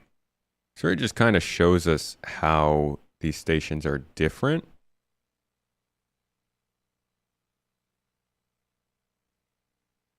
.3D, and it's pretty much evolved over time where we could talk to the environment guys. And So this is kind of looking at the actual creation of these space stations, and you'll see how they have differed a little bit in how they look, but ultimately the stations themselves, if they were made new again, would look a lot like the ones in Stanton. I don't know how I feel about that. Lore-wise, I think that is a misstep, but I'm also like, don't take more time. Just do it this way if you need to right now. I think I honestly would have preferred if they had taken the old style and turned those into the outlaw stations, but it is nice to be able to see that they can just take the stations, make them look like crap, and use that as an updated asset, because it will be cool to go into these space stations and walk around them as they're destroyed and be like, okay, this is kind of like what I do in Stanton, but this is a different hallway here or different doorway here or something like that. Why do all the stations look like the same once you are inside? For that, you'll want to go further back into this stream. We went over that a little bit earlier on in the early days. I'm also going to be turning this into a video, so if you want to wait until that, that'll be fine. It's supposed to rain and drip water in some of these stations, yeah, from the condensation. Covalix is the first disappointment as a new player. Why is that? Running a space station makes you think that ice mining should be a thing. You need it to supply them. Ice mining would be very cool. You would think an open space pyro and planets piracy would be common, but you assume that the gangs running the stations wouldn't allow you to just go rob people or shoot people, as they probably won't like people shooting up their stations. Yeah, the gangs are going to have their own laws and rules that you'll have to follow. And we were asking for some of the current rest stops, geo, and some of the textures, and then getting them into 3D. And we were just changing up all of the props, all of the side panels, or all of the whole the environment. So we could, looking back at the references, then convey this feeling. We could introduce more dirt. We could introduce some damaged panels, side panels, and pretty much explore this side area, right? And the big advantage of this is that we can make the environment how we like. So one thing that we did is like kill all the lights because we don't need lighting. We want to create our own lighting. And this is what I said earlier. The current rest stops are super bright. They're family friendly. But now we want to make it ominous. We want to make it dark mood. We want to make it super dark with the players like always feeling kind of in danger, and especially with the gang members in mind, right? So this would allow us to create one of the very early, or one of the earlier 3D explorations, which then lead to one of the final concept arts, or the final implementation of this. So when we were at a point where we were kind of okay, or where we thought like, okay, this is an environment that we want to see, then we took care about the last 20%. So the last 20% in this case means having a final render and painting over. So we were just painting over in Photoshop and doing some more refinements for the mood and the lighting. We were painting in some of the decaling and some of the graffitis, because it is ultimately easier to do all these things in two space stations. Here we go. This is what I wanted. I'm sorry. Is it what I wanted? target and pre-production sort of things that we're going to be doing for these rundown / outlaw space stations. So what I have here right in front of me now is obviously the food court from our Stanton space stations. We've just dragged the wear up on all of them. So now we're getting all of this really nice grime on all of these surfaces, right? Ooh, so if good I turn off grime. my working lights, which hopefully are going to, produce that mood that we're after. So I'll turn on that right now. So a number of things have happened right in front of us, right? Definitely gets a creepier vibe than the stations we have now. Honestly, with some good music and the actual risk of AI being a problem here, I think it looks pretty nice. You can instantly see we've got lots of heavy fog coming in. Don't pay too much attention to the particles now. I'll go into them a little bit later. We've got some light panels up here shooting through the rafters, and we've got another one over here as well, right? So we're gonna do a quick little thing here. It's adding in some cables, right? And now this is really important, not only to achieve the art direction, but it gives us a really nice level of parallax within the scene, right? We have a couple of design constraints within this space as well. One of those being we have a gang and then a general civilian population, right?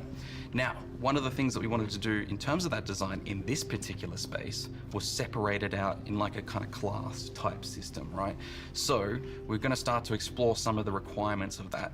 See, this looks complete. I can't tell where this would be in the space station. It looks completely different, even though it's the same space we're used to. As long as they can do enough to create that sort of feeling across the space stations as a whole, I'm with it.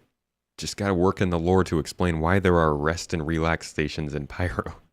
One of that being that, like I mentioned before, you can't get up here unless you're in favor with the gang. So we need to put in the instruments that are going to help portray that. I guess and that is a checkpoint, right? Technically, the rest and relax locations can be for back when there was commerce going on and mining, but from what I remember of the lore, it was never very stable there. Oh well. Right. So, and just a side note, all of this stuff is super work in progress and nothing is final. So don't read too much into it. So from here, we're missing a few bits and pieces, right? But one of the ways that we're going to solve that is with graffiti. All right. So I'm going to turn on those decals now. And you can start to see that the walls here are starting to disappear a little bit. There's your graffiti. It's a very subtle effect in this particular area, but you'll start to see how much more it comes through in others, right? So moving on from here, we need to start putting the stuff in the environment. So bear with me for a sec when I turn this on. All right, so the lighting what we've got here is a lot of stalls, right? We really want to get that cramp vibe in, like that was kind of similar in the concept, and start seeing how far we can push the limitations of what we can do in the engine, but also what we can do with our technical systems as well, right? All right, let's see how far he pushed it. Them, we've got these little portable ones lighting up the place. We've got some ones that are hanging from the roof, ones that are over in the corners and stuff like this, right? So we're starting to get a lot more mood in this. This is starting to feel really nice now. Now, I'm gonna tell you. At the end of the day, this looks so much better. It feels kind of claustrophobic. But I think what's really gonna sell this is the AI. The people walking around in here, the sound of chatter, people actually shopping and exchanging things. Like, we need so much more of the general AI behavior to come through with obviously better server tick rates and server meshing and all that jazz. It's really going to go a long way to make these places feel better. What do you guys think of this, though, compared to the space station interiors that we're already seeing on the more civilized side? Mood in this. This is starting to feel really nice now. Now, what I was mentioning in terms of the rain, right? So yes, we're talking about the rain now. Why is there rain inside, right? So this is generally a really cold station. And when people are in this area that's in the center, because there's so much stuff happening here, it's starting to get warmer, right? You've got the heaters here, you've got the gang that is kind of maintaining a lot of this stuff and producing a lot of the heat themselves. Everyone, this is prime real estate for where everyone wants to be, right? So what happens when you have this many people cooking food in this one small area, you know, breathing hot air, that sort of thing, it all starts to rise in this environment, and it starts to get that massive cavern, right, that we've got up here, all the way up to the roof there. as it goes up, it starts to cool down, right?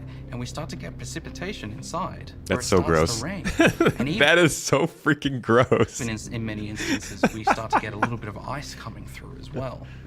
So that means once it's all fallen down here, it's actually quite wet and damp. It's still Okay, but is that baked in? Or is that based on the same heat data that we were seeing back here? Because, like, here they're telling us what's warm, what's cold, how is the station going to work? But does that mean that this precipitation you're creating is going to be based on that? Or is it going to be baked into each station so it's just always there? And questions. a little bit warm around heaters, but it's generally quite damp because of that weird kind of event. Now, the rain as it currently sits is just a placeholder asset that we're borrowing from Squadron, and that will have to obviously be remade to suit the amount of rain that we want to have within this environment, which won't be, you know, crazy, but it baked in, serves as a proof of concept for what we're trying to achieve, right? So that is pretty much Pyro Stations. I hope you really enjoyed seeing the breakdown that we've done here today, learning a little bit about the process of going in and doing a visual target, and you know, just a little bit more of that earlier process and problem solving that we go through. As we go through these videos, there's a lot more, at least in my mind, and at the end of this, we'll go through all of the things we've seen here that are still missing from something like Seraphim Station, and just look at all the different things they've talked about that are going to keep differentiating these things. Wow, okay, this is like not much further along. Find all that stuff as early as possible. So this, I guess, this is just another game dev situation where he is able to talk a little bit more about the work that goes into these places, and give us a good walkthrough. We can look into this for a little while, just see what the work looks like. Can we physicalize in an environment at the same time, right? Is this game still in beta? Oh, my friend. We wish this game was in beta. No, this game is in alpha. We are a ways away from a beta. So, yeah. When we run in there, will our own sweat drop down on us eventually? Oh, yeah. Just, you know, drink up the rain. Good stuff. The answer is not super healthy, as you probably would suspect. But we're trying to figure out how much we can get away with within the space itself. And on top of that, we also have cables. So we're bringing in. This is the first time that we're bringing in physicalized cables. So you'll be able to walk in. I can slap them around as they get blown around in the wind, and interact with them as a player as well. And slap the cables around because. I don't want it to crash while I was explaining it. So I'm going to turn it on now. Fingers crossed it doesn't crash. So there we go. So I can already see it's just going to be like that same tube on the, what is it called? Aztareth, whatever, that armor with the tube that comes through gets glitched and looks like it's just like a giant, I don't know, umbilical cord to the wall. It's just really strange. I could see that happening with these cables. One of the reasons that we're going in and doing all of this stuff in pre-production, right, is that we want to figure out where the limits lie before we start making guarantees and cash and checks with directors and stuff like that, right? So when we're looking at specifically the physics stuff, part of that is the expense of it. How much can we get away with within the environment itself?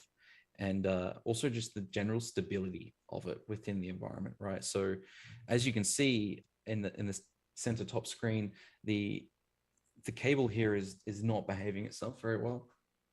So this is like an issue that we need to identify, right? Is that an issue with the physics system, with the rope itself? Is there some sort of instability on the back end that we need to address? Is it something that I've done wrong, right? In this instance, I'm almost certain it's something I've done wrong. So that's actually a good thing. That's an easy fix. I believe it's just clipping into another object. So I just need to move it. But as soon as I turned on the physics, you may have also noticed. Oh, it's not done at this time. So this is the thing, right? One of the cables actually disconnected and fell through the entire level. There it is. So we know that glitch. Example of just some more hanging cables. So a fairly static scene. This could be, oh man. imagine a scene like this in a finished game. Like, they could do some really cool narrative-based stuff in here. The lighting, the vibe, the atmosphere, it looks really good.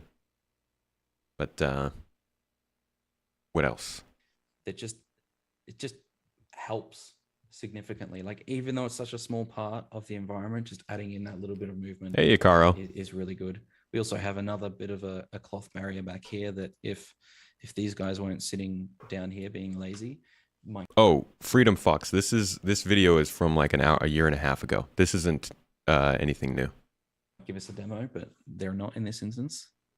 So yeah, adding in a lot more of that dynamic movement. It also helps us kind of sell, specifically in regards to the cloth, helps us sell a little bit of a narrative vibe, which is that they want to keep heat in areas, right? So they're not just putting this up just so that people can walk through like them and just, oh yay, that was fun. It's actually serving a narrative purpose of like keeping heat in this area. Just imagine a pirate finished murdering somebody, goes and walks through the door and looks back and says, oh wow, that was so cool. All right, where were we?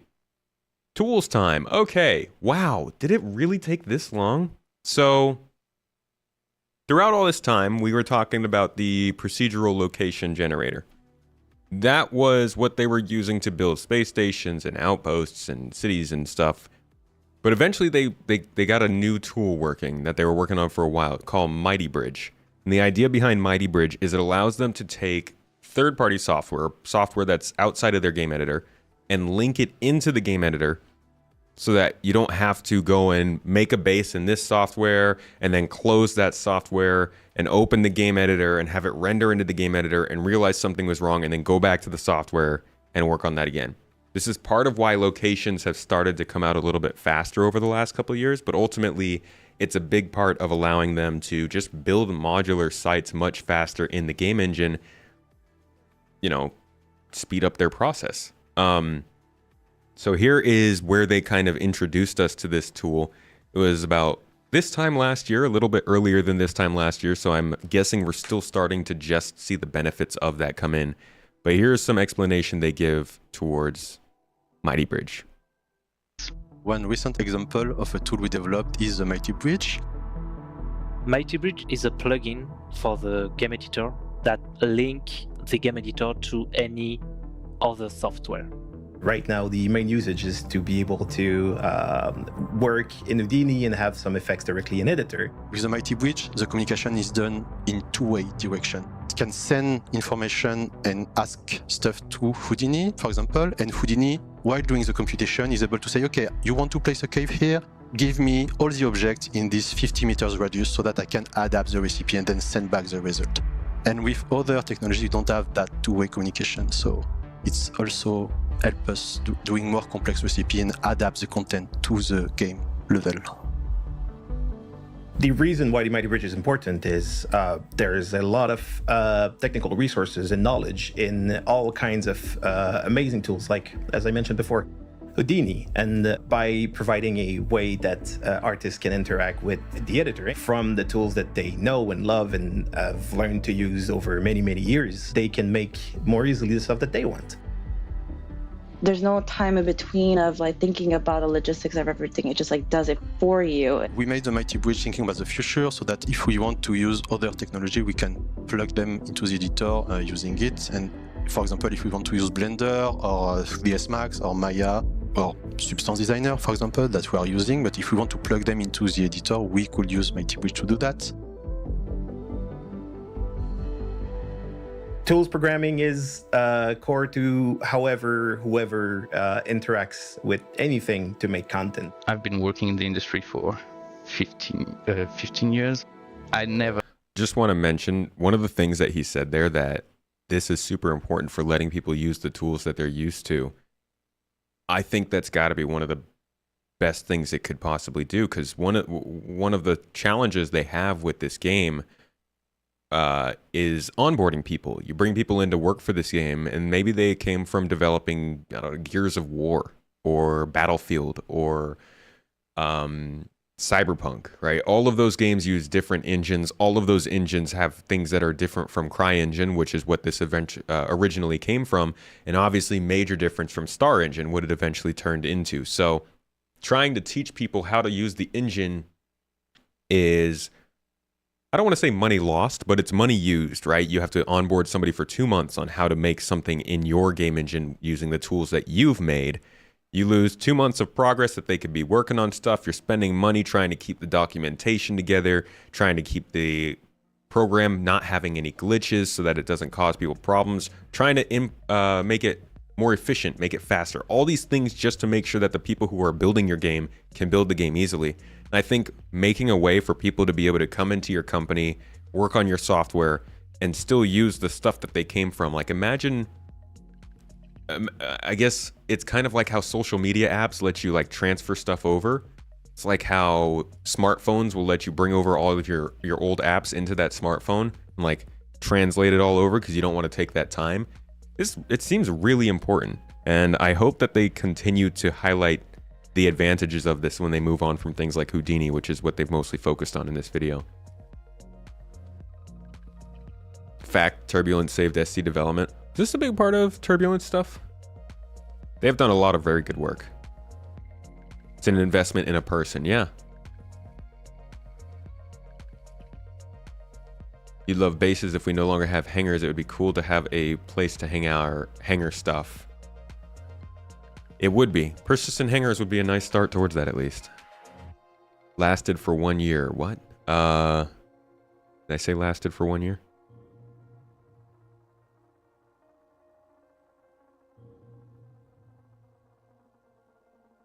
Oh, that was a reply to a comment. Okay.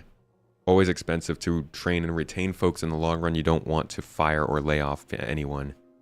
Right. So pay them well and make their job as easy as you can, which is what they're going for here. Can't comment on the pay stuff. I've found a project that has such ambitions. And I feel like this game tends to always say there is a goal and we will do whatever it takes to reach that goal. Mighty Bridge is just one of the ways tools programmers work to improve the workflow of all developers, allowing for an unprecedented two-way communication between independently developed softwares that were never intended to speak to one another, shaving the downtime and removing the need for import and exports all over the place. But that's not where this week's Tools Time story ends, for we're about to go big with a tool that we've been dreaming about internally since 2019. You know what? I wasn't really going to look at this, but that is very interesting. And I think this is probably one of the big things that... How much time do we have? Yeah, we could take like, what is this? Like 2 minutes? Yeah, it's like 3 minutes. This is going to be just a little bit of a divergence from the space station talk. But I think this is super important. I think it's a cloud tester, something that's really going to help the game get more stable over time. Let's listen to this real quick. Also, by the way, yes, the game does not last a year. Once you purchase it, you have it for good. You're good to go. I remember there were tests in the company where people asked, can we get as many developers to join to see if servers work? Well, we can do this way, but we have limited number of developers, even if there is quite large number of them. If you take into consideration how many players there will be in Star Citizen, you will quickly find out that we need to have some way to emulate those users.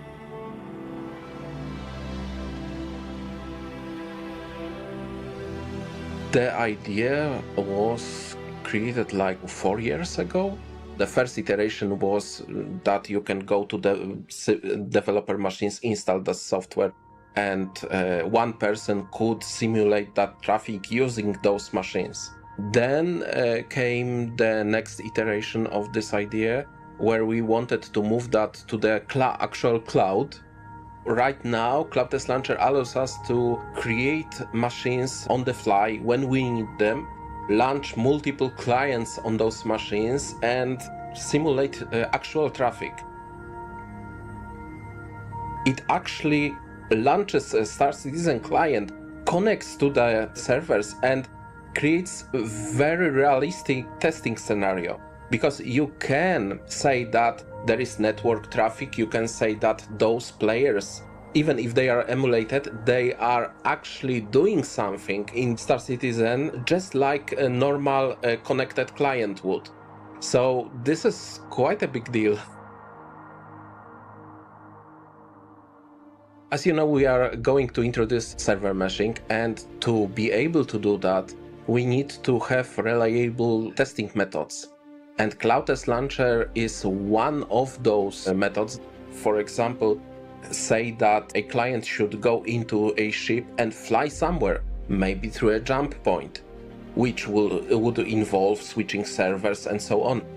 For us, in near future, that will be a very valuable tool to perform testing. Of course, Cloud Test Launcher is not a single person project. Many people helped in development. I would like to shout out to Martin Senior, which is my team lead, who developed early versions of the Cloud Test Launcher. Also to Jaffa, who helped us in testing phase. Also Ahmed and Scott, who helped us with the network part and cloud part of the development of the Cloud Test Launcher. Without them, this would not be possible. We appreciate you all. I don't know exactly where they are with that. To be honest, I'm wondering if they run tests with that, and then they open up the tests to Evocati. So they like run those tests, they say, okay, this is starting to run on these simulations. Let's go to Evocati and see if it runs with actual people, maybe. Maybe that starts to... Because this sounds like it only tests the client, right? I don't really understand. They say it loads clients into the server, but how much load does it actually make if it's all coming from the same place? Or does it simulate them all coming from different locations? I don't know. Maybe there is maybe there's more to it than we're knowing, but regardless, that is supposed to be a tool that they use to be able to test a lot more things, and we've seen them talk about in just the last monthly report that let's see, June monthly report, which I just put out. If you guys haven't seen on the second channel, are going over the June monthly report, and the video will be coming out at the end of this week. But if you go down to here, they mention, as part of this work, the game's ships were divided into difficulty bands derived from data mentioned in last month's report, which was gathered from pitting every ship against each other 1,000 times. I'm guessing that is using something at least related to the Cloud Test Launcher. So they're using it, just don't know in which ways yet. How old was the cloud testing bit? That was from last year. Last year on May. The amount of data they collect of players is indeed invaluable and priceless. Hopefully they're able to use it well.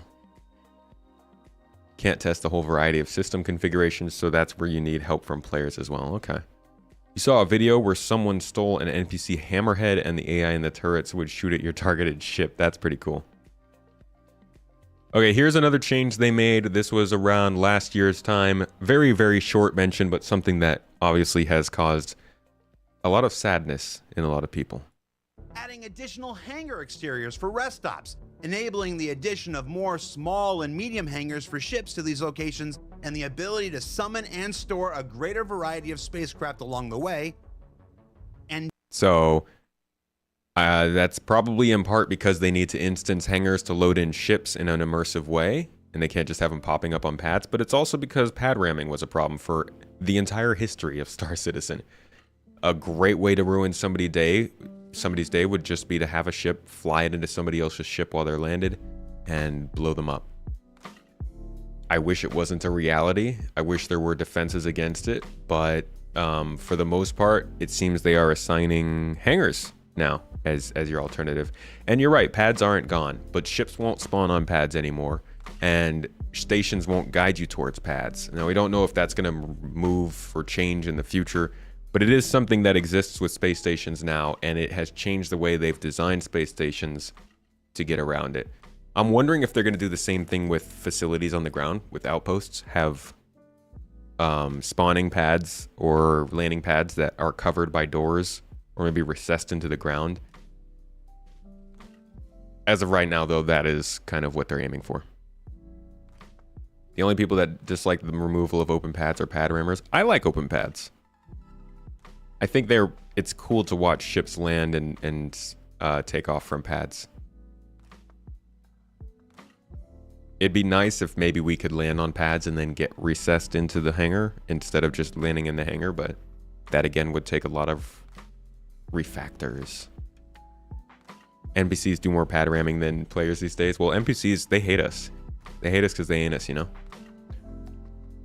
Okay, now we've got some talks about space stations. Oh, this is more of a sizzle reel, which will be kind of nice. This is just going to be a nice look at Outlaw space stations from a strictly art-based perspective. We're not going to get any gameplay here, but this is kind of the latest sizzle reel we have on what these newer space stations are going to look like. Take a look.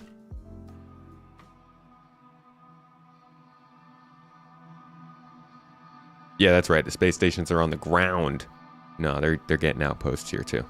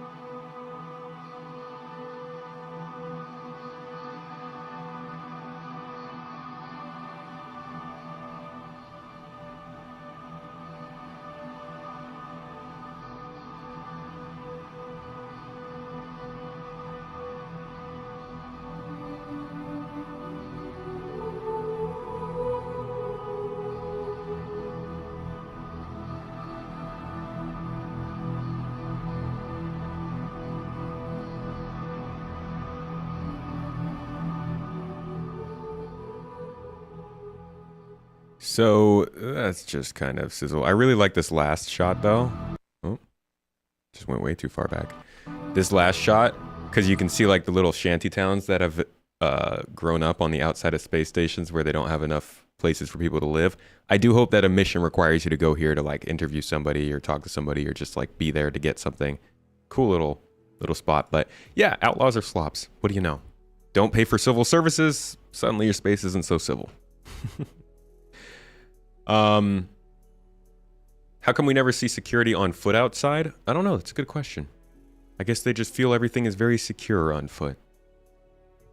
Frustrating that we cannot be the ones generating refined resources like farming and crafting. SC is devolving into only combat. Oh, devolving? We have more options not using combat now than we did a year ago. I think it's getting better in terms of the balance with combat, but farming and crafting will be a thing. Co-founder just had a second child. Congratulations to them. That is awesome. Jaybird, I'll catch you later. Thanks for dropping by. Hope you enjoyed. All right. Finally, we have a talk here briefly with Montreal where they get asked a question where they don't necessarily answer that well. I really, really wish they had answered this just like... I mean, I understand they didn't have the answer or didn't know that they could have the answer, but there's a question here about derelict space stations, and we've heard about them before, so we know they're coming, but I really was hoping that Montreal would have something to say on this for coming a little bit later. But listen to their answer yourself. But any discussions about derelict space stations? Just going one bigger, an entire broken down, run down space station. Not like Ruin Station, which is still in operation, it's just, but like a old and empty derelict space station. Or maybe even a crashed space station. Yeah, they've been discussed. We're talking about it. I don't remember the name. Is the See, you can kind of see, like they all exchange looks here. They all kind of look at each other like, wait, what are you about to say? Talking about it. I don't remember the name. Is the Right there. Wait, hold on.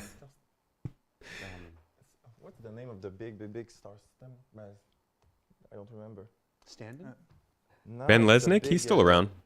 You find him on Twitter mostly. He doesn't hop on camera anymore. Oh, Port Olisar? Port Olisar. Yeah. Sorry. Thank you. We were talking about maybe we're going to crash Port Olisar on a planet somewhere eventually. But for now, I Could don't be nice. think I don't think this is a mandate that's going to be on us. And if it is, it won't be for now. But that could make a nice silhouette. Yeah. Go to my camera, Tom. You guys can't hear them? I can't turn it up anymore. I'm sorry. This is where I have to remind people that talking is talking. Could you guys not hear what he said there?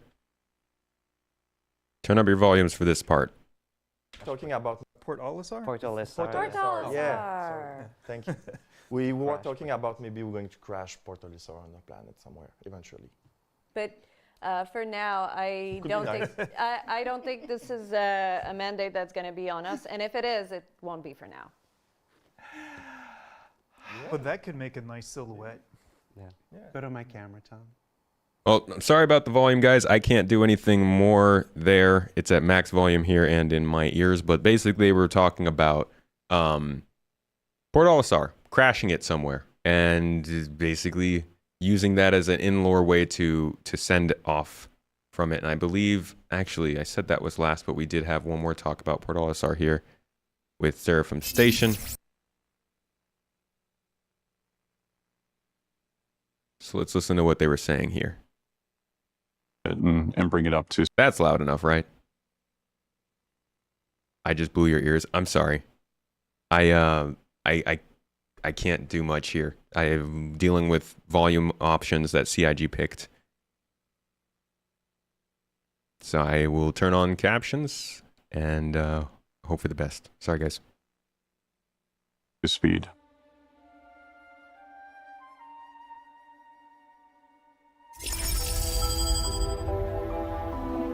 Okay, and they turned up the volume.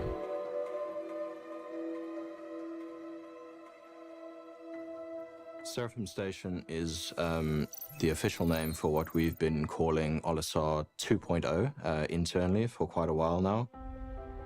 What we initially set out to do is to create this really grand space station with a really fantastic sense of scale that players could have a really good time flying in and around and also to and from. So we had a really good time playing around with different design languages and shape languages that we could then use to come together for the final product. We were also working on lots of shape studies involving the silhouette of the station to make sure it was reminiscent of other stations and also to bring our own unique spin on it. Seraphim Station is a homage to Port Olisar in the way that it looks. We were keeping the rings, and but then it's also taking... Can we fly through the rings, Todd? All of the existing Leo Station gameplay and bringing that over to that station. It's much larger and much more extravagant than anything that we've done before. in terms of our space station kit, but this is utilizing the kit in a way that we haven't before, and it's created much more unique identity for it than anything else, I think. I think the gameplay around it is going to be very cool, specifically just, you know, seeing it for the first time, approaching it. There's multiple hangars, view rooms all over the station, providing you with, you know, beautiful views of the planet at the right time of day. Extremely large station, probably 4 to 5 times bigger than Olisar. So we have everything that you could possibly need inside. It has various sets of hangars and habs in the center of the first 2 rings. Everything is, like, nothing is changing on the interior from what we know. All of these rooms are the exact same. Day. Except, I guess, the docking collar is on the same level as everything else. Over the station, providing you with, you know, beautiful views of the planet at the right time of day. Extremely large station, probably 4 to 5 times bigger than Olisar. So we have everything that you could possibly need inside. It has various sets of hangars and habs.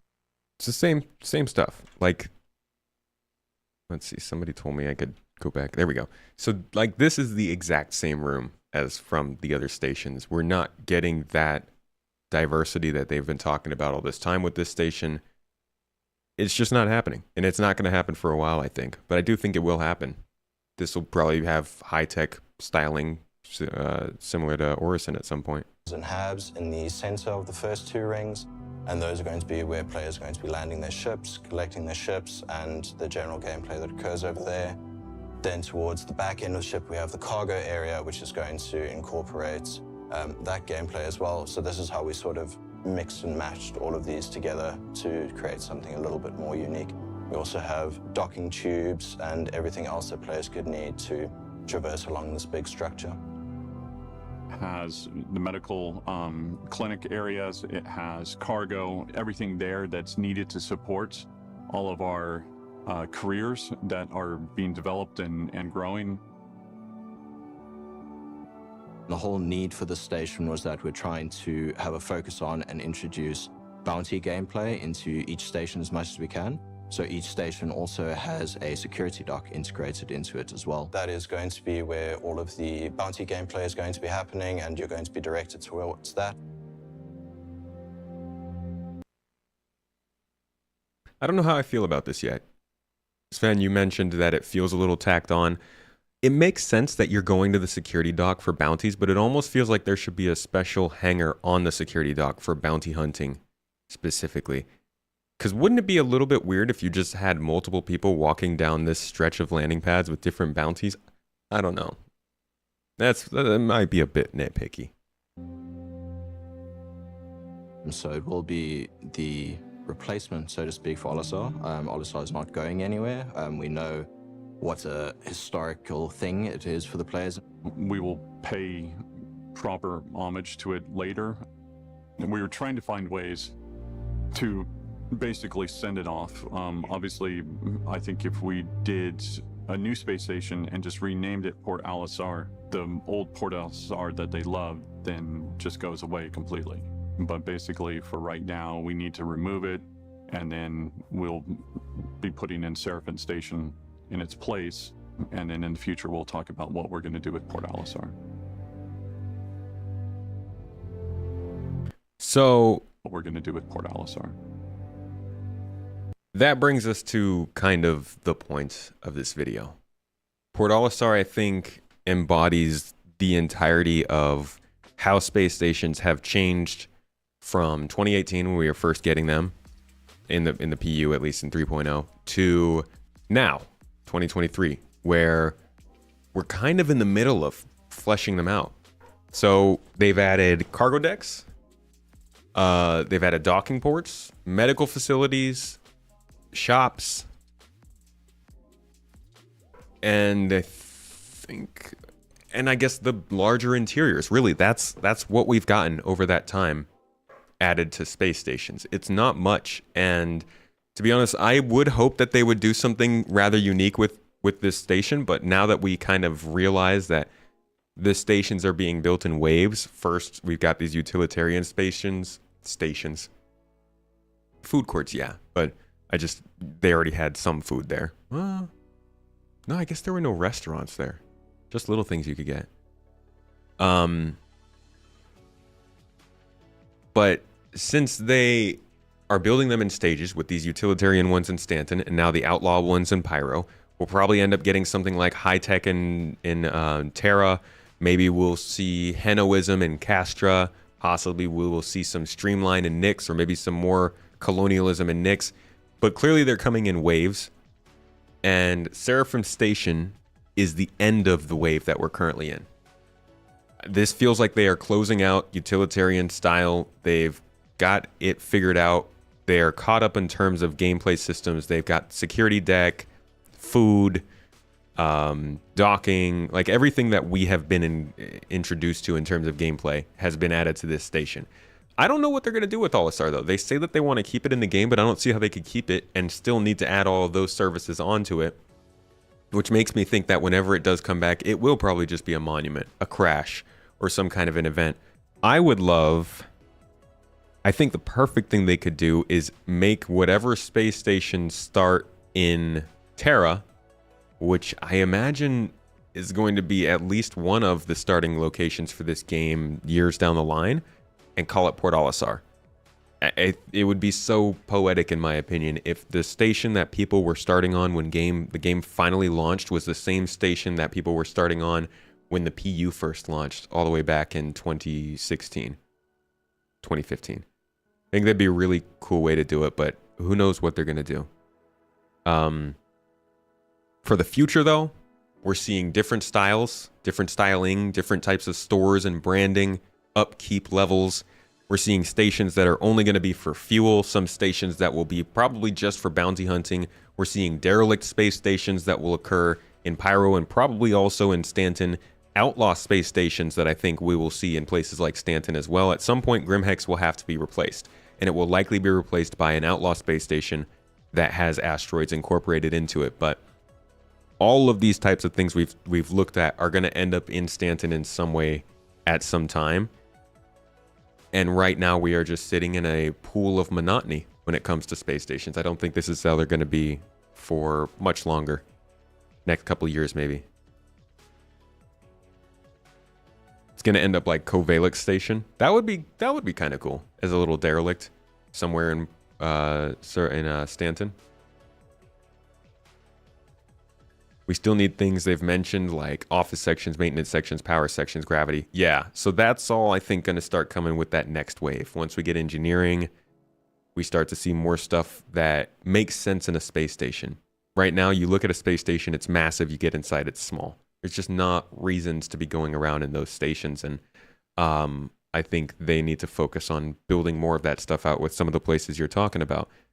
Also, we just need smaller stations. They don't all need to be massive. Give us small, medium, and large stations, you know? What did I do with Space Tomato's evil twin? Am I Space Tomato's good twin then? Would be nice if some mission givers would sit in the food courts and offer you job as you walk past them. Yeah, like minor mission givers. That'd be very cool. Personally, if ships like the Endeavor and Kraken stay online after logging, you will simply go with 3 accounts idea and do mobile-based setup with those for the org. I think something like that might happen. We'll see how that persistence works, though. Wolf of Ranger, hello. Also, if you are a CS2, then you should be required to do community service like janitor jobs. The trick is for a ship to be on its own shard. Yeah. What do they call them? Dynamic islands or something like that?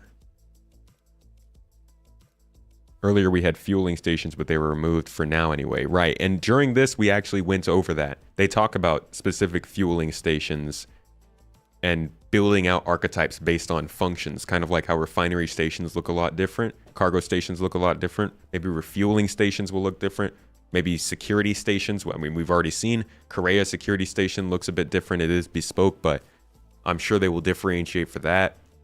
And we'll also get stations that are just built different based on their time or the era, what was going on. Military stations, going to look more military based. Terraforming stations maybe on newer systems. I do think that there's a lot of variety they could add. I'm not making any promises on that stuff.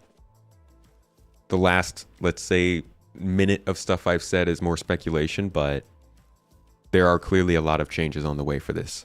And what we have now isn't fun, but I don't think anybody should sit there and think that it is going to be like that for a long time. Things are gonna change. Evil Space Tomato got executed by a Nerf dart to the face after logging out of a crashed mole. I've taken multiple Nerf darts to the face at this point. I'm a weathered veteran of Mrs. Tomato War. The first war of Mrs. Tomato. Still ongoing. It's a long war. It's attrition, and my face is losing. Evil twins traditionally have the facial hair. Oh, okay, so this streamathon on Friday, which one of the goals is going to be to cut off all of the hair on my body, not my body, on my face, not my face, keep my eyebrows. All this hair and all this hair will be cut off during the streamathon this Friday, so you'll have a chance to turn me back into my good twin, I guess. Do I think SPK will lose its landing pads? I think SPK will eventually go to a different style of station. Something that's more easy for them to build and update. Greetings from Celestial Turks. Hey, we've got some talking to do about setting up a bar citizen here in Turkey. I think Mrs. Tomato is going to reach out about that. Merhaba though. Welcome. Hoş geldiniz. Thanks for coming. Mr. Clean. All right, it sounds like Tommy is just about ready for me to be done with stream, folks. So thank you all for coming to this. I hope you got some good information on space stations. This has been a little talk, a little look into the history of space stations, how they got to where Port Olisar is, why it's leaving, and what we might get in the future. There is going to be a lot more. We're still on the upslope for Star Citizen, believe it or not, but space station stuff, I think we won't be hearing anything super significant, at least until after 4.0. So keep an eye out on the stuff that they're talking about with Pyro, new information on new systems like Nyx and Terra and Castra and the stuff that comes after. We will probably hear about that later. Of course, as always, I will give you that info as soon as I hear it or see something about it. So if you want more, consider subscribing. Come check out these live streams if you're watching the YouTube video. And stay happy. There's a lot of space games to enjoy right now. Star Citizen doesn't require 100% of the time, so diversify a little bit. Have some fun. We're at a slow period of the year. Catch you all next time. And for everybody who is here on the live stream, folks, I'm going to send you all on to the good folks. I'm going to send you over to Morph. He's actually not doing Star Citizen right now. He's doing some Homeworld, a game that I really want to try out. I love real-time strategy games, and I haven't gotten to dive into space-based real-time strategy, just 4X. Stellaris is pretty cool, but haven't tried Homeworld. Looking forward to Falling Frontier and diving into a new genre of space games. So I'll send you all on to Morph. Tell him I said what's up. It's probably super late for him there. I'm sure he wants to go to sleep, but we're going to raid him and make him stay up later. Folks, I hope you guys had a good time. I always have a blast streaming with you. It's, I would say, the best time of my day. Mostly because editing video is much more lonely than this. It's nice to be able to talk. I hope you guys had fun, though. Got some entertainment and information out of it. And decide to come to the next one. Mrs. Tomato always drops the stream schedule on Discord. So if you're looking for whatever is coming out next, just check that out. Looks like we will be talking... Oh, we're doing a mid-year review. So if you're looking for some good drama, we will be going over things like the letter from the chairman and plans for 2023, as well as my old videos predicting 2023, and we'll look at where we are at this point in the year. So if you want to check that out, be here tomorrow for the stream, and then the next day for the streamathon. More info coming out about that on Discord and Twitter soon. But until then, folks, stay happy. Love you all. Have a good day. Bye.